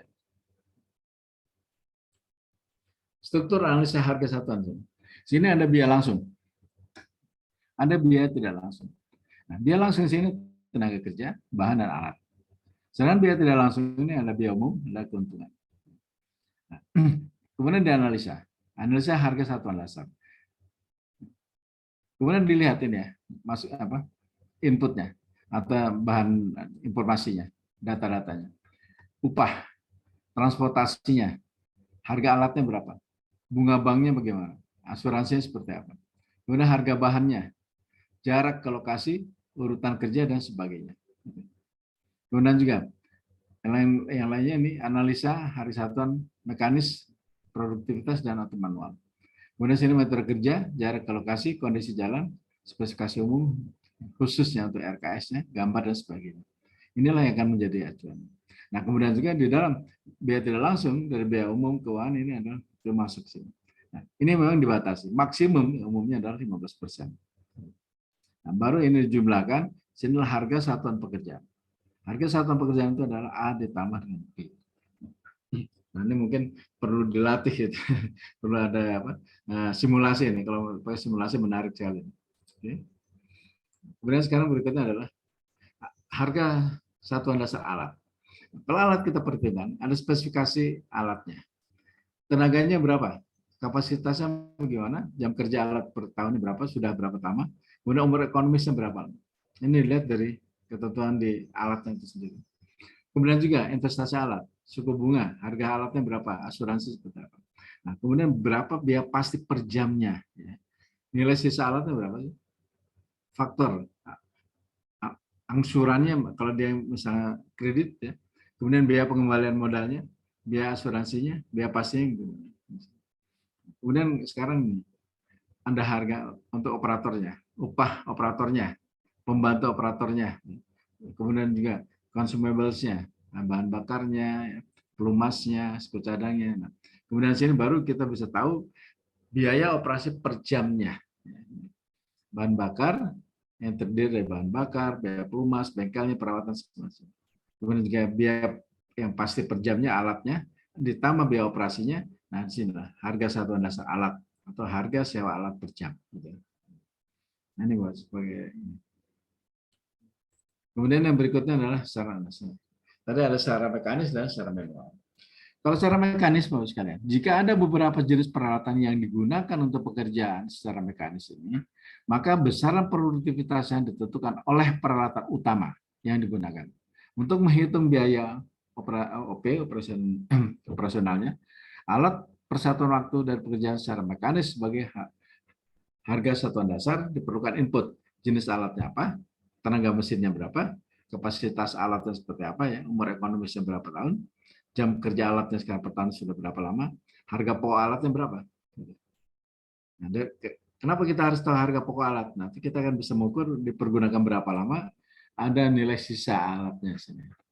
Kemudian kalau secara manual atau semi mekanis, besaran harga satuan dasar untuk secara manual atau semi mekanis ditentukan berdasarkan rental basis, ya. Jadi harga sewa ada per jam maupun per hari. Nah, sekarang kita bicara tentang bahan, Bu. Kalau bahan, ya, sini harga satuan bahan. Baku di mana? Kuarinya misalnya. Ini per meter kubiknya berapa? Kemudian jarak dari kuarinya ke lokasi yang akan, ya, yang Bapak lokasi di mana proyek Bapak berada. Kemudian bagaimana kondisi jalannya. Ya. Kemudian juga berat isi bahannya berapa. Kemudian juga harga satuan dasar peralatnya, misalnya rupiah.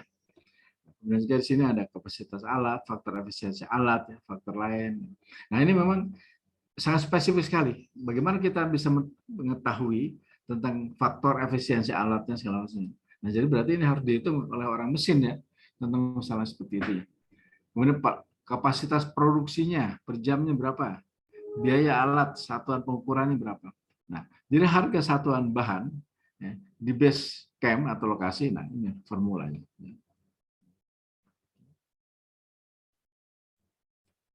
Gimana Bapak sekalian? Ada yang mau disampaikan? Silakan. Mbak Vera gimana? Belum ada, Pak. Belum ada. Mudah-mudahan jelas Mbak Vera, ya. Gimana? Jelas apa enggak? Ya, sambil mencerna, Pak. Oke. Tambah mumet, Pak Son. Ya. Tambah pusing. Betul. Tadi saya katakan karena ini sangat spesifik sekali, ya. Jadi mungkin Pak, BPK itu kan biasanya bukan orang sipil, ya Pak. Ya, Campur-campur nggak karuan gitu. Bagaimana sih Pak supaya kita itu tidak kesalahan lah istilahnya, gitu.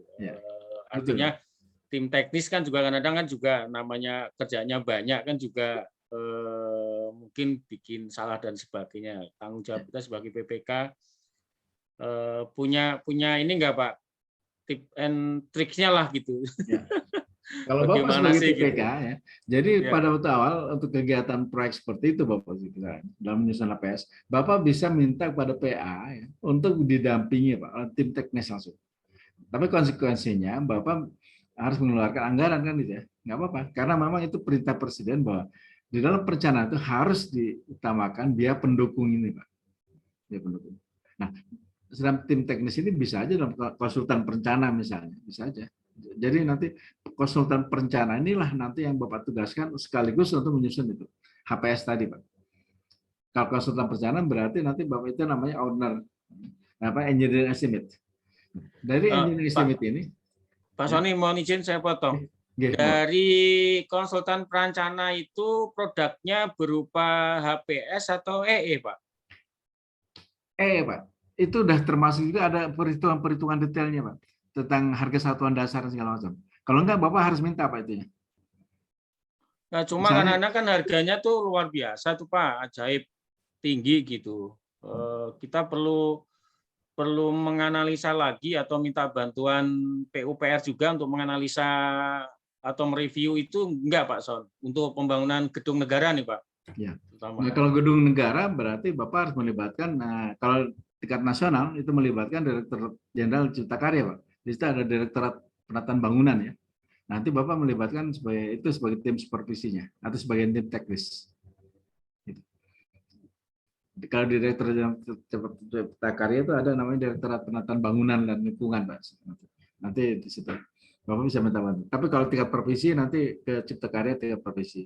Kalau di kota kabupaten di RSPU tingkat kota kabupaten. Nah, tapi di situ juga ada perhitungannya secara ini ya. Itu ada persentasenya, Pak. Tergantung pada nilai proyeknya. Dan itu resmi, Pak. Jadi kalau misalnya nilai proyeknya sekian, itu biaya supervisinya perencanaan itu sekian persennya. Ada sih. Itu di tentang bangunan gedung negara. Mungkin ada lagi Pak Joko? Monggo. Berarti hasil dari konsultan perencana itu bisa kita pakai sebagai HPS kita atau enggak, Pak Son? Bisa, Pak. Jadi kan ada tahapannya, Pak. Jadi pada saat kalau konsultan itu pada saat inception report ya, atau laporan penduluan itu harus dibahas dulu, Pak. Apa yang harus dikerjakan, apakah sesuai dengan KK-nya tidak? Inception report. Ini penting sekali, perlu didiskusikan. Nah, kemudian juga nanti ada nama interim report. Nah, interim reportnya dibagi per tahap. Pada saat tahap pertama, kedua, ketiga, atau empat. Atau misalnya dibagi terserah, itu tergantung kontrak. Nah, apakah pada interim itu ya, itu dia melakukan kegiatan seperti itu apa tidak? Nah, itu harus disupervisi terus, Pak. Nah, kemudian pada saat terakhir, nah di situ sudah disetujui, berarti betul-betul sudah sebagaimana keinginannya tercantum dalam KK tadi. Nah, manakala itu, jadi berarti engineer estimate itu bisa langsung menjadi owner estimate. Nah, owner estimate itulah yang namanya HPS, Pak. Jadi manakala Bapak misalnya nanti menaikkan pada konsultan, ini bagaimana cara perhitungannya untuk satuan-satuan tenaganya, peralatannya, bahannya gitu. Contoh misalnya, didapat 1 meter kubik beton K300 itu misalnya 4 juta. Ini gimana ngitungnya? Kan gitu ya. 4 jutanya dari mana? Kan gitu ya. Bahannya seperti apa, tenaganya gimana gitu ya. Alat-alatnya pakai apa. Nah, kejar Pak ke sana. Jadi nanti konsultan perencana inilah yang harus bisa membuktikan. Gitu Pak Joko ya. Terima kasih Pak Son. Baik, sama-sama. Mungkin ada yang lain silakan. Pak Sunarko, Pak Pua. Sudah lama nih nggak jalan-jalan ke Papua nih Pak Sunarko. Udah kangen juga nih. Sementara belum, Pak. Di Dok itu ada restoran enak tuh Pak Narko sana ya. Di Dok 5. Ada, Iya, ada Pak. ikan. Ada, Pak. Ya, masih ada ikannya Pak di sana. Oh, Ikan banyak bakar. Pak sekarang justru malah yang di ke arah Jembatan Merah itu Pak, banyak di situ di Pantai Hon. Waduh. Iya. Kapan-kapan kita diundang. Saya sama Pak Abdel ke Papua. Oh, siap Pak, siap. Oke, terima kasih Pak Terima kasih. Narko. Ya. Oke, mungkin Bapak Ibu sekalian lain. Ibu Merlin dari Kemenkumham mungkin ada yang mau disampaikan, silakan. Pak Deris atau Mbak Nurul? Ada? Pak Andi? Nggak ada. Baik, kalau tidak ada, saya lanjutkan.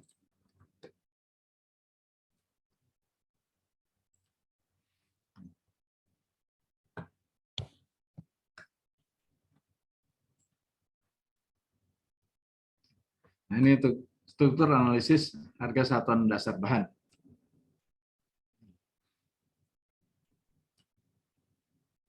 Nah, kemudian berikutnya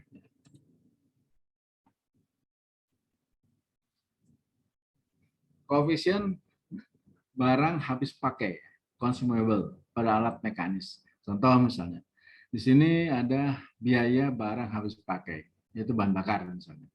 Pekerjaan ringannya misalnya 10%, misalnya. Pekerjaan beratnya 12%. Kemudian jika keterangannya jenis bahan bakar disesuaikan dengan kebutuhan alat atau tambahan alat lain yang membutuhkan bahan bakar yang harus digunakan. Kemudian perumahan misalnya. Pekerjaan ringannya berapa persen, kemudian berapa persen ya. Kemudian jenis minyaknya, olinya apa, disesuaikan dengan kebutuhan alat atau tambahan alat lain yang digunakan misalnya di oli pemanas untuk aspal di AMP dan sebagainya. Kemudian juga misalnya pemeliharaan perawatan rutin biaya bengkel misalnya.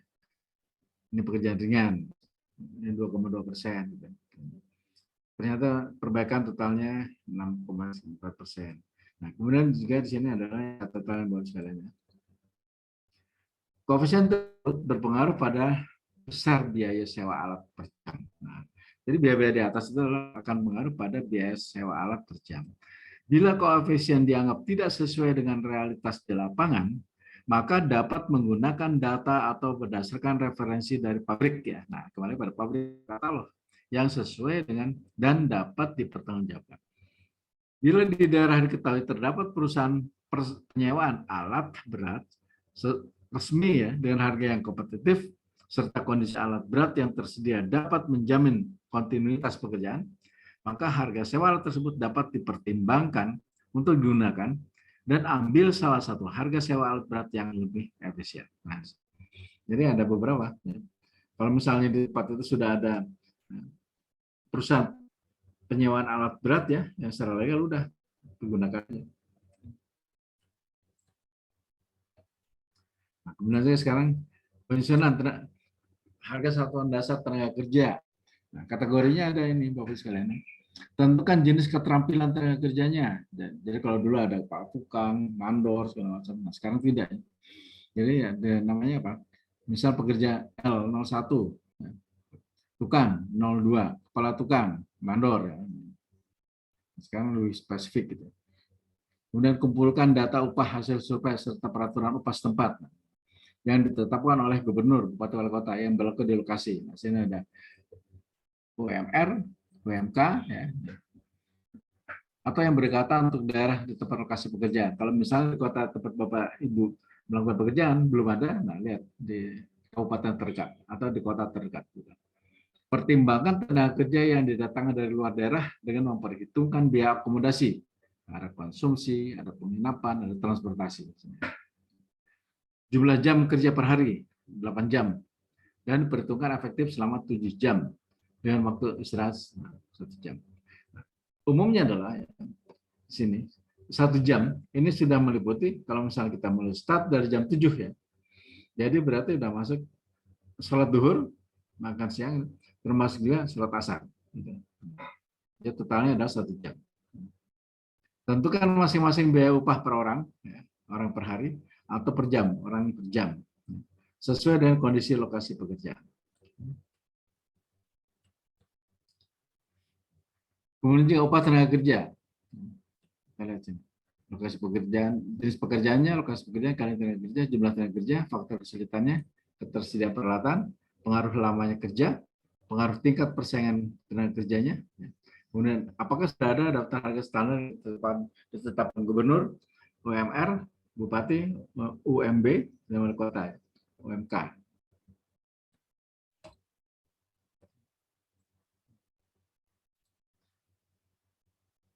Oke, ini sudah ada. Kemudian juga upah tenaga kerja.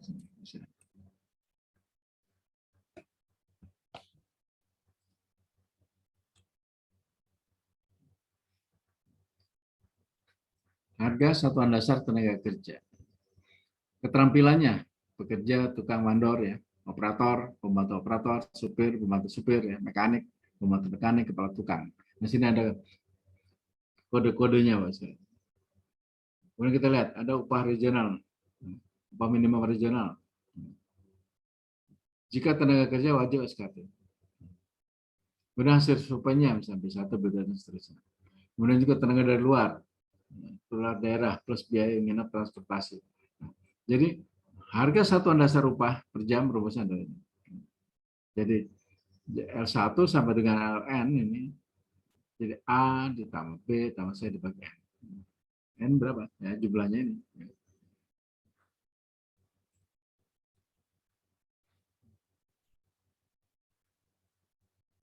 Ini yang pertama tabel yang tadi Bapak sekalian. Nah, ada 3 standar upah. Bisa orang jam, bisa orang hari, bisa orang bulan. Jadi hubungan antara ini adalah orang hari misalnya. Jadi orang bulan dibagi 25. Jadi orang jam, orang hari dibagi 7 jam.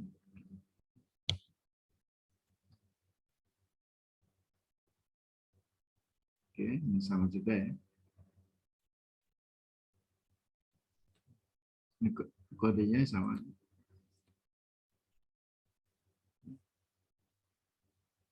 Sini tangan juga ada mekanik alat berat, operator alat berat. Nah ini nanti Bapak Ibu sekalian bisa secara detail ya, itu dilihat di dalam Permen PUPR-nya 01 2022 ya. Dan lampirannya saya sudah kirim juga nanti. Itu tapi yang bersifat dasar ya, yang utama. Jadi saya tidak sengaja tidak kirim ke Bapak Ibu harga satuan dasar untuk cipta karya, untuk SDA, maupun untuk bina marga. Tapi yang bersifat dasar aja. Jadi dasar itu hanya 3. Bagaimana untuk tenaga kerja, alat, dan bahan. Oke.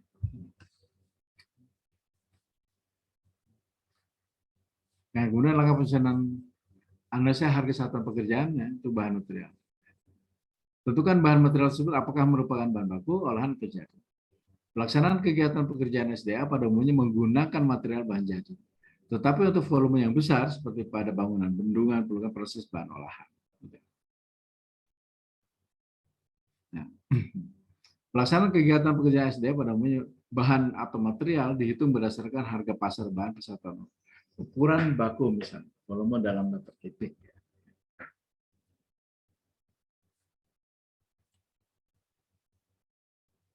Kemudian juga di sini untuk peralatan.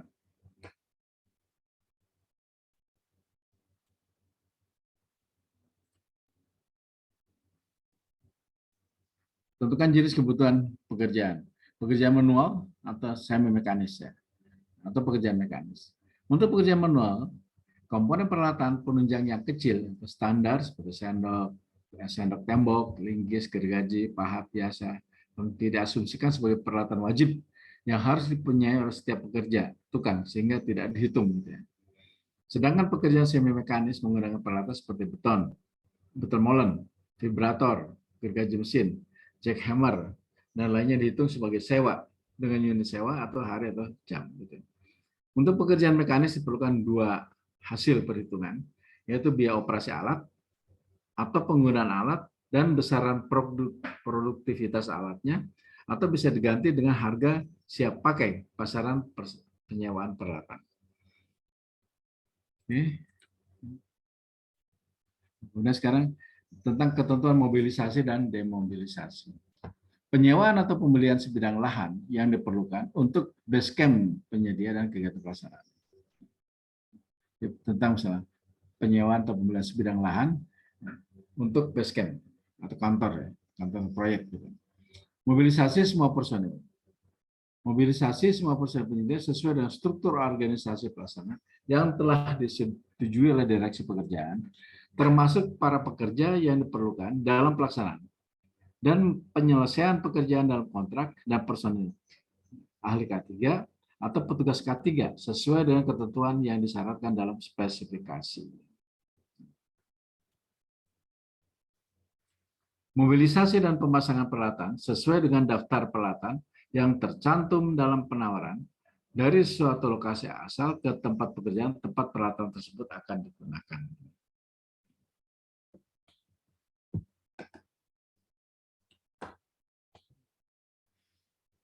Kemudian berikutnya adalah mobilisasi kantor lapangan dan fasilitasnya untuk direksi pekerjaan misalnya. Kemudian pembongkaran tempat kerja oleh penyedia pada saat akhir kontrak. Ini adalah termasuk demobilisasi. Termasuk pemindahan semua instalasi, peralatan, perlengkapan dari tanah milik pemerintah dan pengembalian kondisi tempat kerja menjadi kondisi seperti semula sebelum pekerjaan dimulai. Itu adalah demobilisasi. Pembayaran mobilisasi demobilisasi bersifat lump sum ya, namun dilengkapi dengan rincian. Di lump sumnya ya paling tidak tahulah, nggak sekedar plus sekian gitu ya. Tapi ada kira-kira untuk apa aja rincian.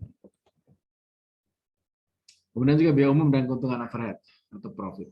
Biaya umum adalah biaya tidak langsung yang dikeluarkan untuk mendukung terwujudnya pekerjaan, kegiatan pekerjaan yang bersangkutan atau biaya yang diperhitungkan sebagai biaya operasional meliputi pengeluaran untuk biaya kantor pusat misalnya, yang bukan dari biaya pengadaan untuk setiap mata pembayaran. Biaya upah pegawai kantor lapangan misalnya. Biaya manajemen, sehingga termasuk bunga bank, jaminan bank, tender, dan lain-lain. Biaya akuntansi, biaya pelatihan, dan auditing. Okay.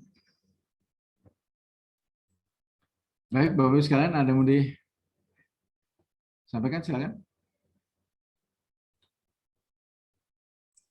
Silakan, Bapak Ibu, kalau ada hal-hal yang ingin ditanyakan. Mohon izin, Pak. Silakan. Silakan, Pak John.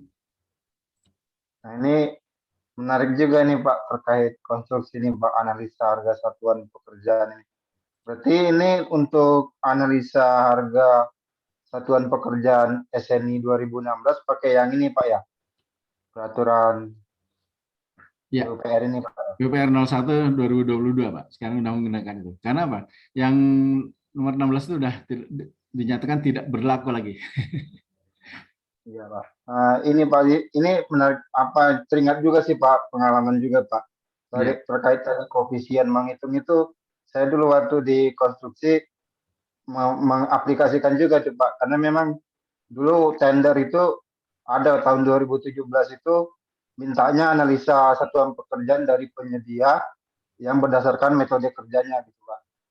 Nah kalau untuk ini kita saya kan ini sekarang baru CPNS ini Pak di pengadaan.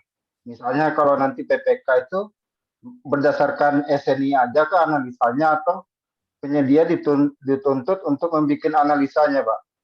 Seperti apa Pak ya? Itu yang pertama Pak. Baik. Nah, jadi gini Pak.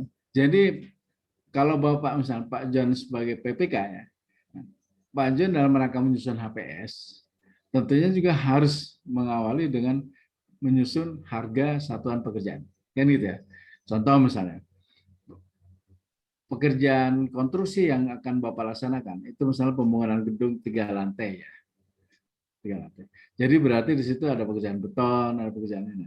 1 meter kubik betonnya keluar angka K300 itu misalnya 6 juta. Angka 6 juta itu bagaimana? Kan gitu ya. Di situ ada bahan, ada material, ada bahan, ada pekerja, ada alat, kan gitu ya. Nah, itu semua bisa dihitung. Nah, sampai Pak Jo mendapatkan nilai 6 juta. Termasuk juga sudah ada overhead, keuntungan. Nah, penyedia tentunya juga, pada saat dia menawarkan, ya, memberikan penawarannya, tentunya dia juga akan menghitung. Kan, berdasar versinya penyedia. Ternyata misalnya, keluarlah angka misalnya kalau lebih rendah mungkin nggak terlalu masalah kan gitu ya. Tapi biasanya di atas 110% misalnya harga satuan tipan.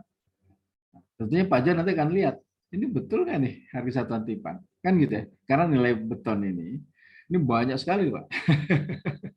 Kan gitu ya. Kalau Bapak setujui, wah ini nanti harganya bisa seperti itu kan gitu. Karena kalau tender itu kan tidak boleh dinegosiasi. Tapi harus diklarifikasi. Ternyata diklarifikasi misalnya salah perhitungannya dari konsultan, dari penyedia. Gitu. Nah udah, kalau memang salah jadi akibatnya nanti itulah yang namanya satuan harga penawaran yang terkoreksi, Pak. Dikoreksi lihat bagaimana. Nah pada saat klarifikasi itu nanti akan bisa lihat. Karena klarifikasi itu bukan negosiasi. Klarifikasi itu memperjelas yang tidak jelas. Untuk lebih mudahnya nanti misalnya gini. Di dalam pekerjaan itu ada pekerjaan pembuatan lantai kerja misalnya Pak Jan ya. Lantai kerja ternyata Bapak sebagai PPK keliru masukkan luasannya. Seharusnya luasannya itu adalah 1000 meter persegi misalnya. Ternyata Bapak hanya memasukkan 100 meter persegi. Biasanya kalau penyedia kan jeli Pak. Wah ini kan di lapangan itu saya udah ukur semuanya adalah 1000 meter persegi. Kemudian ditinggikan harganya Pak di atas 110%. Kan gitu ya. Karena ini tender, nah Bapak sebagai PPK, nah, pokja pemilihan, nanti kamu lihat, oh ini masuk kategori timpang.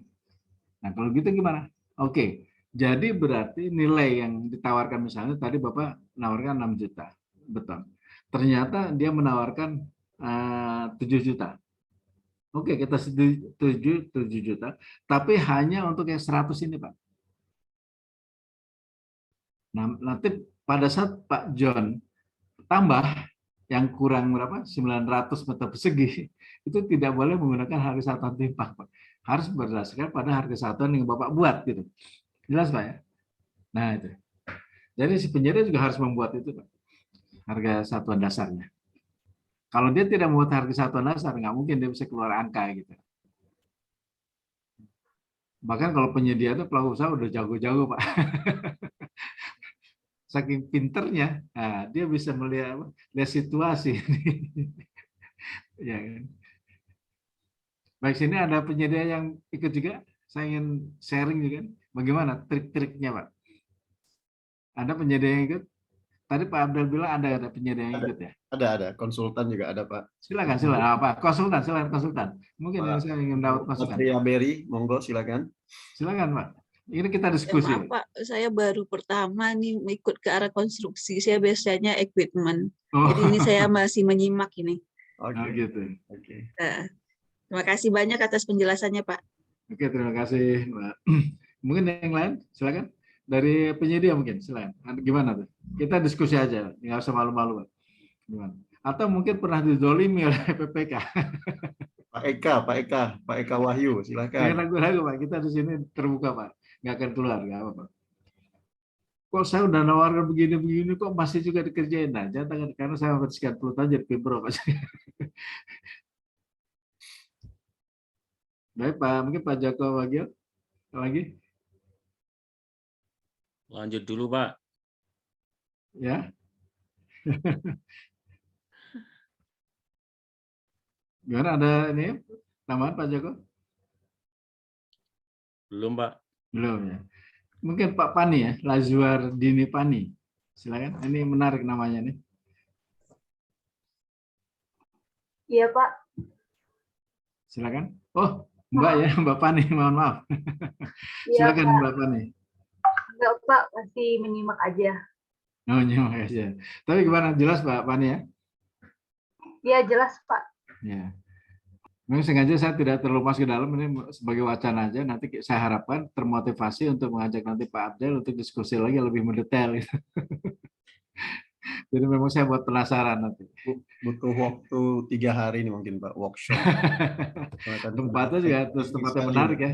Offline ya Pak Abdul ya? Iya, offline-nya butuh apa? Ada simulasi, harus ada booking-nya kan. Jadi betul. Enggak apa-apa, ini sebagai wawasan awal lah gitu ya. Iya.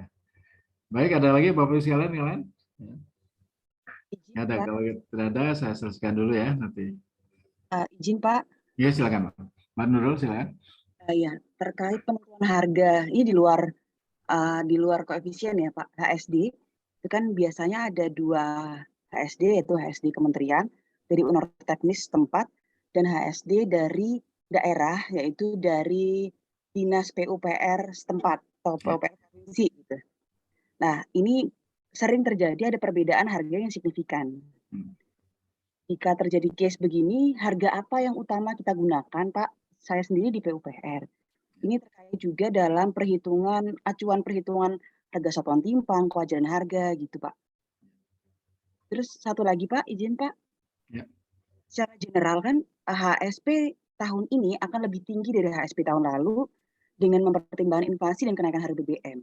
Namun bagaimana jika case-nya HSP dari PPK yang sama untuk tahun ini lebih rendah daripada tahun sebelumnya, apa yang harus kita lakukan sebagai pokja pemilihan, Pak? Ya. Ya, makasih Pak. Baik, terima kasih Mbak Nurul, bagus sekali. Nah, jadi pada prinsipnya gini Mbak Nurul, bahwa kita dalam menyusun HPS berdasarkan harga satuan dasar, ya, harga satuan dasar pekerja, bahan dan alat gitu. Itu berdasarkan pada harga pasar ya, di mana lokasi kegiatan itu berada. Titik gitu ya. Jadi harga pasar di mana lokasi kegiatan itu berada. Itu acuannya, Pak. Nah, manakala ada informasi ya, misalnya harga satuan yang diterbitkan oleh provinsi, diterbitkan oleh kota, apakah dari PUPR sendiri, itu sebagai rujukan boleh-boleh aja. Nah, kemudian dilihat di harga satuan setempat ini seperti apa kondisinya. Gitu. Itu yang paling menentukan. Jadi itu sebagai referensi. Nah, jadi nanti keputusan itu adalah langsung ada di PPK langsung. Mana dia akan mengambil harga. Kalau saya pengalaman dulu saya, dari sekian banyak misalnya harga semen lah per saknya. Harga semen per sak itu variasinya banyak misalnya. Dari mulai antara 50.000 sampai 70.000. 50.000, 55, 60. Udah kalau itu saya ambil paling tinggi aja 70.000. Karena apa? Dengan saya mengambil harga semen paling tinggi, itu diharapkan si penyedia udah tidak bisa lagi, kalau misalnya dia masih menawarkan juga dengan nilai HPS di atas itu, wah ini udah kebangetan. Padahal saya udah mengambil harga HPS itu semen paling tinggi, kan gitu ya. Nggak masalah. Gitu Bu Nurul ya. Pak, makasih Pak. Kemudian satu lagi tadi apa Bu Nurul? terkait ini Pak, kenaikan harga HSP untuk tahun ini dan tahun lalu. Ya. Nah sekarang selama itu tidak menjadi kebijakan moneter dari pemerintah gitu ya, seperti contohnya sekarang. Sekarang harga pertamax naik, semuanya naik, semua naik gitu. Nah jadi itu akan mempengaruhi pada harga satuannya Pak, ya, Mbak ya. Contoh misalnya Bu Nurul akan membeli ya, nah, misalnya bahan material untuk pembuatan beton itu dari korinya di suatu tempat. Nah, itu kan berpengaruh misalnya perlu ada transportasi. Nah, transportasi ini pada saat sekarang ini dengan harga pertamax sekian. Kalau misalnya beberapa 28 hari yang lalu misalnya, lebih dari 28 hari yang lalu, itu masih berdasarkan pada pertamax yang harga lama. Jadi berarti ada kenaikan. Udah menggunakan yang paling baru aja gitu. Oleh karena kalau misalnya untuk perhitungan bahan gitu ya, termasuk juga pekerja. Apakah pekerjaan ini datangkan dari luar ya, atau dalam? Nah, tentunya biaya transportasinya. Nah sekarang kita bisa ngintip juga. Sekarang misalnya kalau di Jawa Timur misalnya, tarif bis Malang Surabaya, nah ini sudah ada kenaikan sekian persen misalnya. Ya nggak apa-apa, kita menggunakan itu. Jadi transportasi si tukang yang kita ambil dari luar kota, kita menggunakan dengan setara itu. Nah, jadi artinya pada saat Ibu Nurul menyusun itu semua, jadi berarti apa? Pertama disusun secara keahlian, itu yang pertama. Kedua didukung oleh data, fakta, informasi yang valid gitu ya. Itu Bu Nurul ya. Baik Pak, terima kasih Pak. Baik, sama-sama terima kasih Bu Nurul. Ada lagi yang lain? Baik, kalau tidak ada, saya lanjutkan dulu sedikit lagi.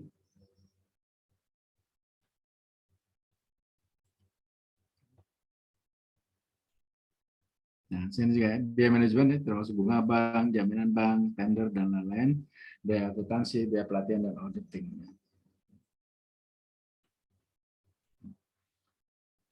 Kemudian juga berikutnya adalah biaya perizinan, biaya iklan, humas, promosi, biaya travel, pertemuan rapat. Ini harus masuk juga. Biaya penyusunan, peralatan penunjang misalnya. Ini harus masuk. Seperti misalnya kadang kita melihat ya, di kota-kota sedang mengadakan galian ya, membuat sesuatu, tapi kok peralatan penunjangnya itu nggak lengkap itu.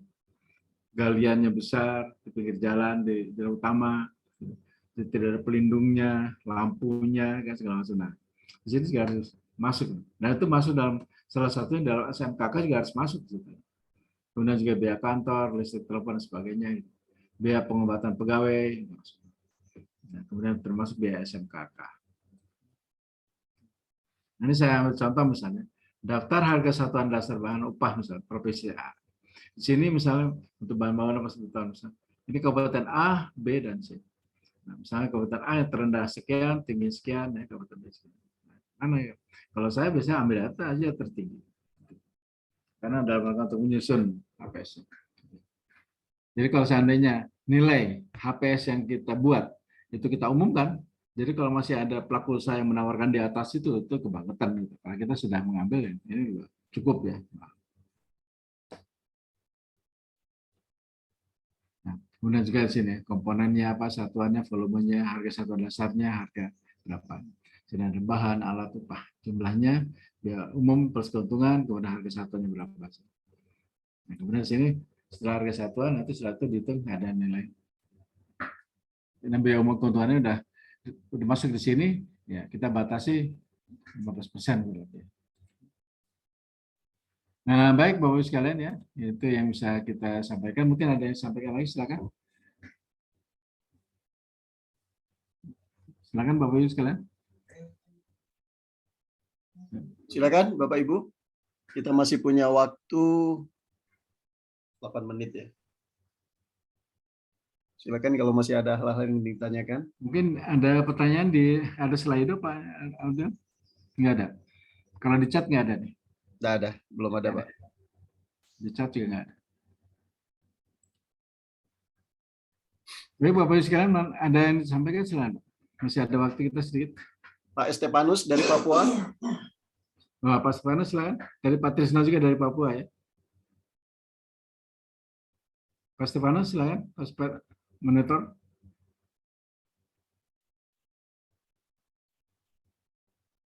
Kalau dari peserta nggak ada yang nanya, mungkin dari Pak Son nanti yang nanya nih. Baik. Kalau gitu saya ingin nanya. Nah, ini kan semua kita berada sebagai pelaku pengadaan Bapak Ibu sekalian ya. Nah, tolong jawab benar atau salah ya. Pengadaan barang jasa itu Bapak Ibu sekalian ya. Untuk memperoleh barang jasa dengan kualitas terbaik ya. Kualitas terbaik dengan harga yang paling murah. Betul atau salah?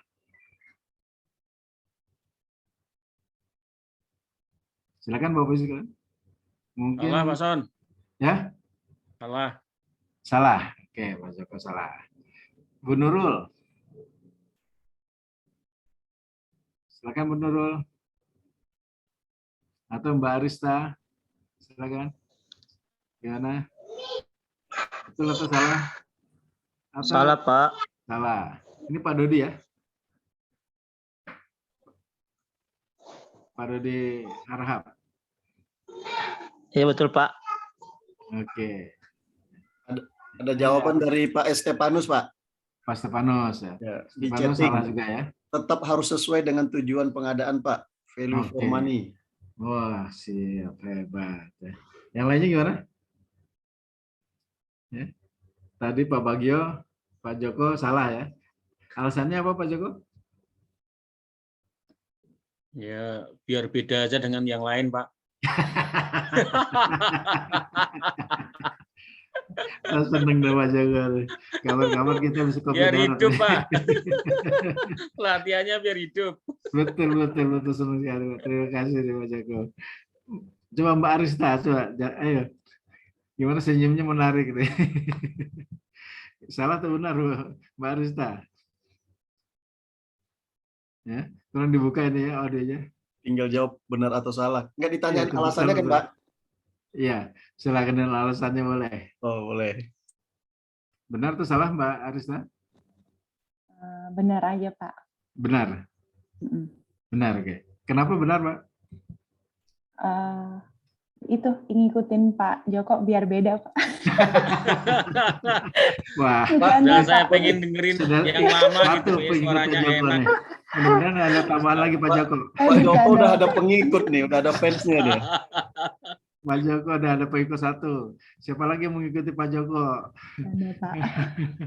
Baik Bapak Ibu sekalian ya. Nah, jadi memang ya hati-hati bahwa orang awam ya menafsirkan bahwa proses pengadaan barang jasa itu memang seperti itu. Ya. Bahkan saya pernah ngajar di Polda Jatim ya. Itu pesertanya 119, terdiri termasuk dia para penyidik ya, se-Jawa Timur. Itu hampir 80% mengatakan benar. Saya langsung miris, Pak. Karena apa? Bahwa bagaimana kalau seandainya APH memeriksa Bapak Ibu sebagai pokja pemilihan, ya, sudah menetapkan, ya, kemudian mengumumkan, kemudian disidik, loh, kenapa Pak Anda memilih ini? Ini kan lebih bagus kualitasnya, dan ini lebih murah. Bapak udah gemeter 7 keliling, Pak. Nah, sekarang kita lihat lagi, kita kembali pada Perpresnya, pasal 1 ayat 1 mengatakan bahwa proses pengadaan barang jasa itu adalah suatu proses yang diawali dari identifikasi pengadaan barang jasa sampai dengan diterimanya barang itu. Ya. Manakala dilakukan oleh KLPD, Kementerian, Lembaga, dan Perangkat Daerah. Dan sumber biayanya dari APBN, APBD, hibah pinjaman luar negeri atau dalam negeri. Jadi tidak ada kata-kata kualitas dan harga Bapak sekalian. Kenapa? Nah sekarang contoh, kalau Ibu Arista mau membeli barang katakanlah misalnya televisi, yang dipikirkan apanya dulu Bu? Spek-speknya dulu sih Pak, Nah, kalau saya. speknya. Bukan kualitasnya kan Bu ya, speknya dulu, kan gitu ya. Nah, Kalau saya diskonnya dulu Pak Son. oh. Betul Pak Joko, betul. Kalau ada cuci gudang langsung datang. Siap. Iya. Betul sekali Pak Joko. Betul. Nah, itu jadi spek teknisnya. Lihat. Nah, baru setelah spek teknisnya, nah di sini. Kemudian juga apa? Setelah spek teknisnya, ya, kemudian baru HPS-nya, kan gitu. Baru cara pengadaan seperti apa, gitu. Nah itu prosesnya. Jadi tidak bicara masalah kualitas dan harga. Harga apa? Harga yang bisa APS sesuai dengan harga pasar, bukan harga murah, bukan harga murah. Jadi harga yang sesuai dengan harga pasar. Gitu. Karena apa? Yang tahu harga itu bukan kita, pasar gitu ya. Makanya hati-hati Bapak sekalian. Bahkan saya sering dapat keluhan dari daerah. Bayangkan si penyedia pelaku usaha ini menawarkan kurang lebih sampai dengan 60% gitu ya, 60%. Karena dia tidak berani, dia tahu bahwa ini nggak akan menjadi masalah. Tidak berani, akhirnya dia tetap menunjuk penyedia yang 60% tadi di bawah HPS. Akibatnya apa? Ya ada, Bapak Ibu akan pusing 7 keliling, akan pusing. Banyak sekali permasalahan timbul. Nah, oleh karena mengaculah kepada ada SPD yang terbitkan oleh Kementerian PUPR yang namanya harga terendah dengan ambang batas, Pak. Dibatasi. Misalnya dibatasi 80%. Nah, disinilah kepiawaian PPK betul-betul diuji dengan cara membuat ASD yang tepat, yang akurat, yang betul-betul valid gitu. Wah, ini nggak bisa gugurkan aja, jangan ragu-ragu. Karena apa? Kesesuaian dengan metodologi yang kita buat. Itu Bapak sekalian. Jadi bukan kita memilih barang dan kualitas terbaik dan harga murah. Tapi adalah suatu proses yang diawali dari mulai identifikasi sampai dengan diterimanya barang itu. Jadi dari mulai di sini ada garis besarnya bagaimana kita merencanakan pengadaan barang jasa, bagaimana kita melakukan persiapannya, bagaimana kita melaksanakan. Gitu Bapak sekalian ya. Baik Bapak sekalian, nah mungkin kalau tidak ada lagi saya aturkan terima kasih sekali atas perhatian Bapak sekalian ya. Ini mudah-mudahan ada sedikit untuk memotivasi Bapak sekalian, ada sebagai penambahan wawasan aja. Dan mohon maaf karena waktunya sangat singkat, jadi saya tidak bisa terlalu masuk ke dalam ya, ke dalam konteksnya itu masing-masing ini. Tapi insya Allah mungkin nanti, tapi ini akan membawa pencerahan, menggerakkan Bapak sekalian untuk mau lebih lagi mendalami tentang masalah penyusunan ASP, analisis harga satuan pekerjaan ini. Baik, kurang lebihnya saya mohon maaf Bapak sekalian, manakala pada saat kita diskusi ada hal tidak berkenan hati Bapak sekalian ya. Dan saya mohon dimaafkan dan saya terima kasih kepada Pak Abdel yang telah memfasilitasi ini ya. Dan mudah-mudahan ini juga akan terus ya berkembang ya. Dan akan terus ada kegiatan-kegiatan berikutnya. Baik Bapak Ibu sekalian ya, sekali lagi saya mohon maaf ya. Billahi taufiq wal hidayah. Wassalamualaikum warahmatullahi wabarakatuh. Saya kembalikan Pak Abdel, silakan Pak. Waalaikumsalam warahmatullahi wabarakatuh. Pak Son, terima kasih atas paparannya. Mudah-mudahan apa yang Bapak sampaikan terkait dengan AHSP ini bisa diterapkan di teman-teman ya, di masing-masing. Baik, sebelum kita akhiri BIMTEK online kita ini, kita foto bersama dulu ya. Kalau boleh teman-teman yang lain dibuka profilnya, bila berkenan, monggo. Karena nanti ada diskon tuh kata Pak Joko. Silakan dibuka foto profilnya, kita foto bersama dulu. Oke. Siap ya, 1. Pak Johan belum buka nih, Bu Vera, Mbak Nurul. Oke. Iya. Oke, siap. 1, 2. Oke, tahan dulu sebentar. Sekali lagi, bolehlah senyumnya supaya dapat diskon dari Pak Joko. 1, 2, 3. Oke, baik. Terima kasih Bapak Ibu atas berkenannya. Kita ketemu lagi di sesi berikutnya. Saya mohon maaf. Assalamualaikum warahmatullahi wabarakatuh. Waalaikumsalam. Waalaikumsalam warahmatullahi wabarakatuh. Terima kasih Pak Son, Pak Abdel. Terima kasih Pak Semua, mohon Terima kasih Pak Son. Terima kasih Pak Son. Terima kasih sama-sama. Baik, saya mohon diri ya, Bapak Ibu sekalian.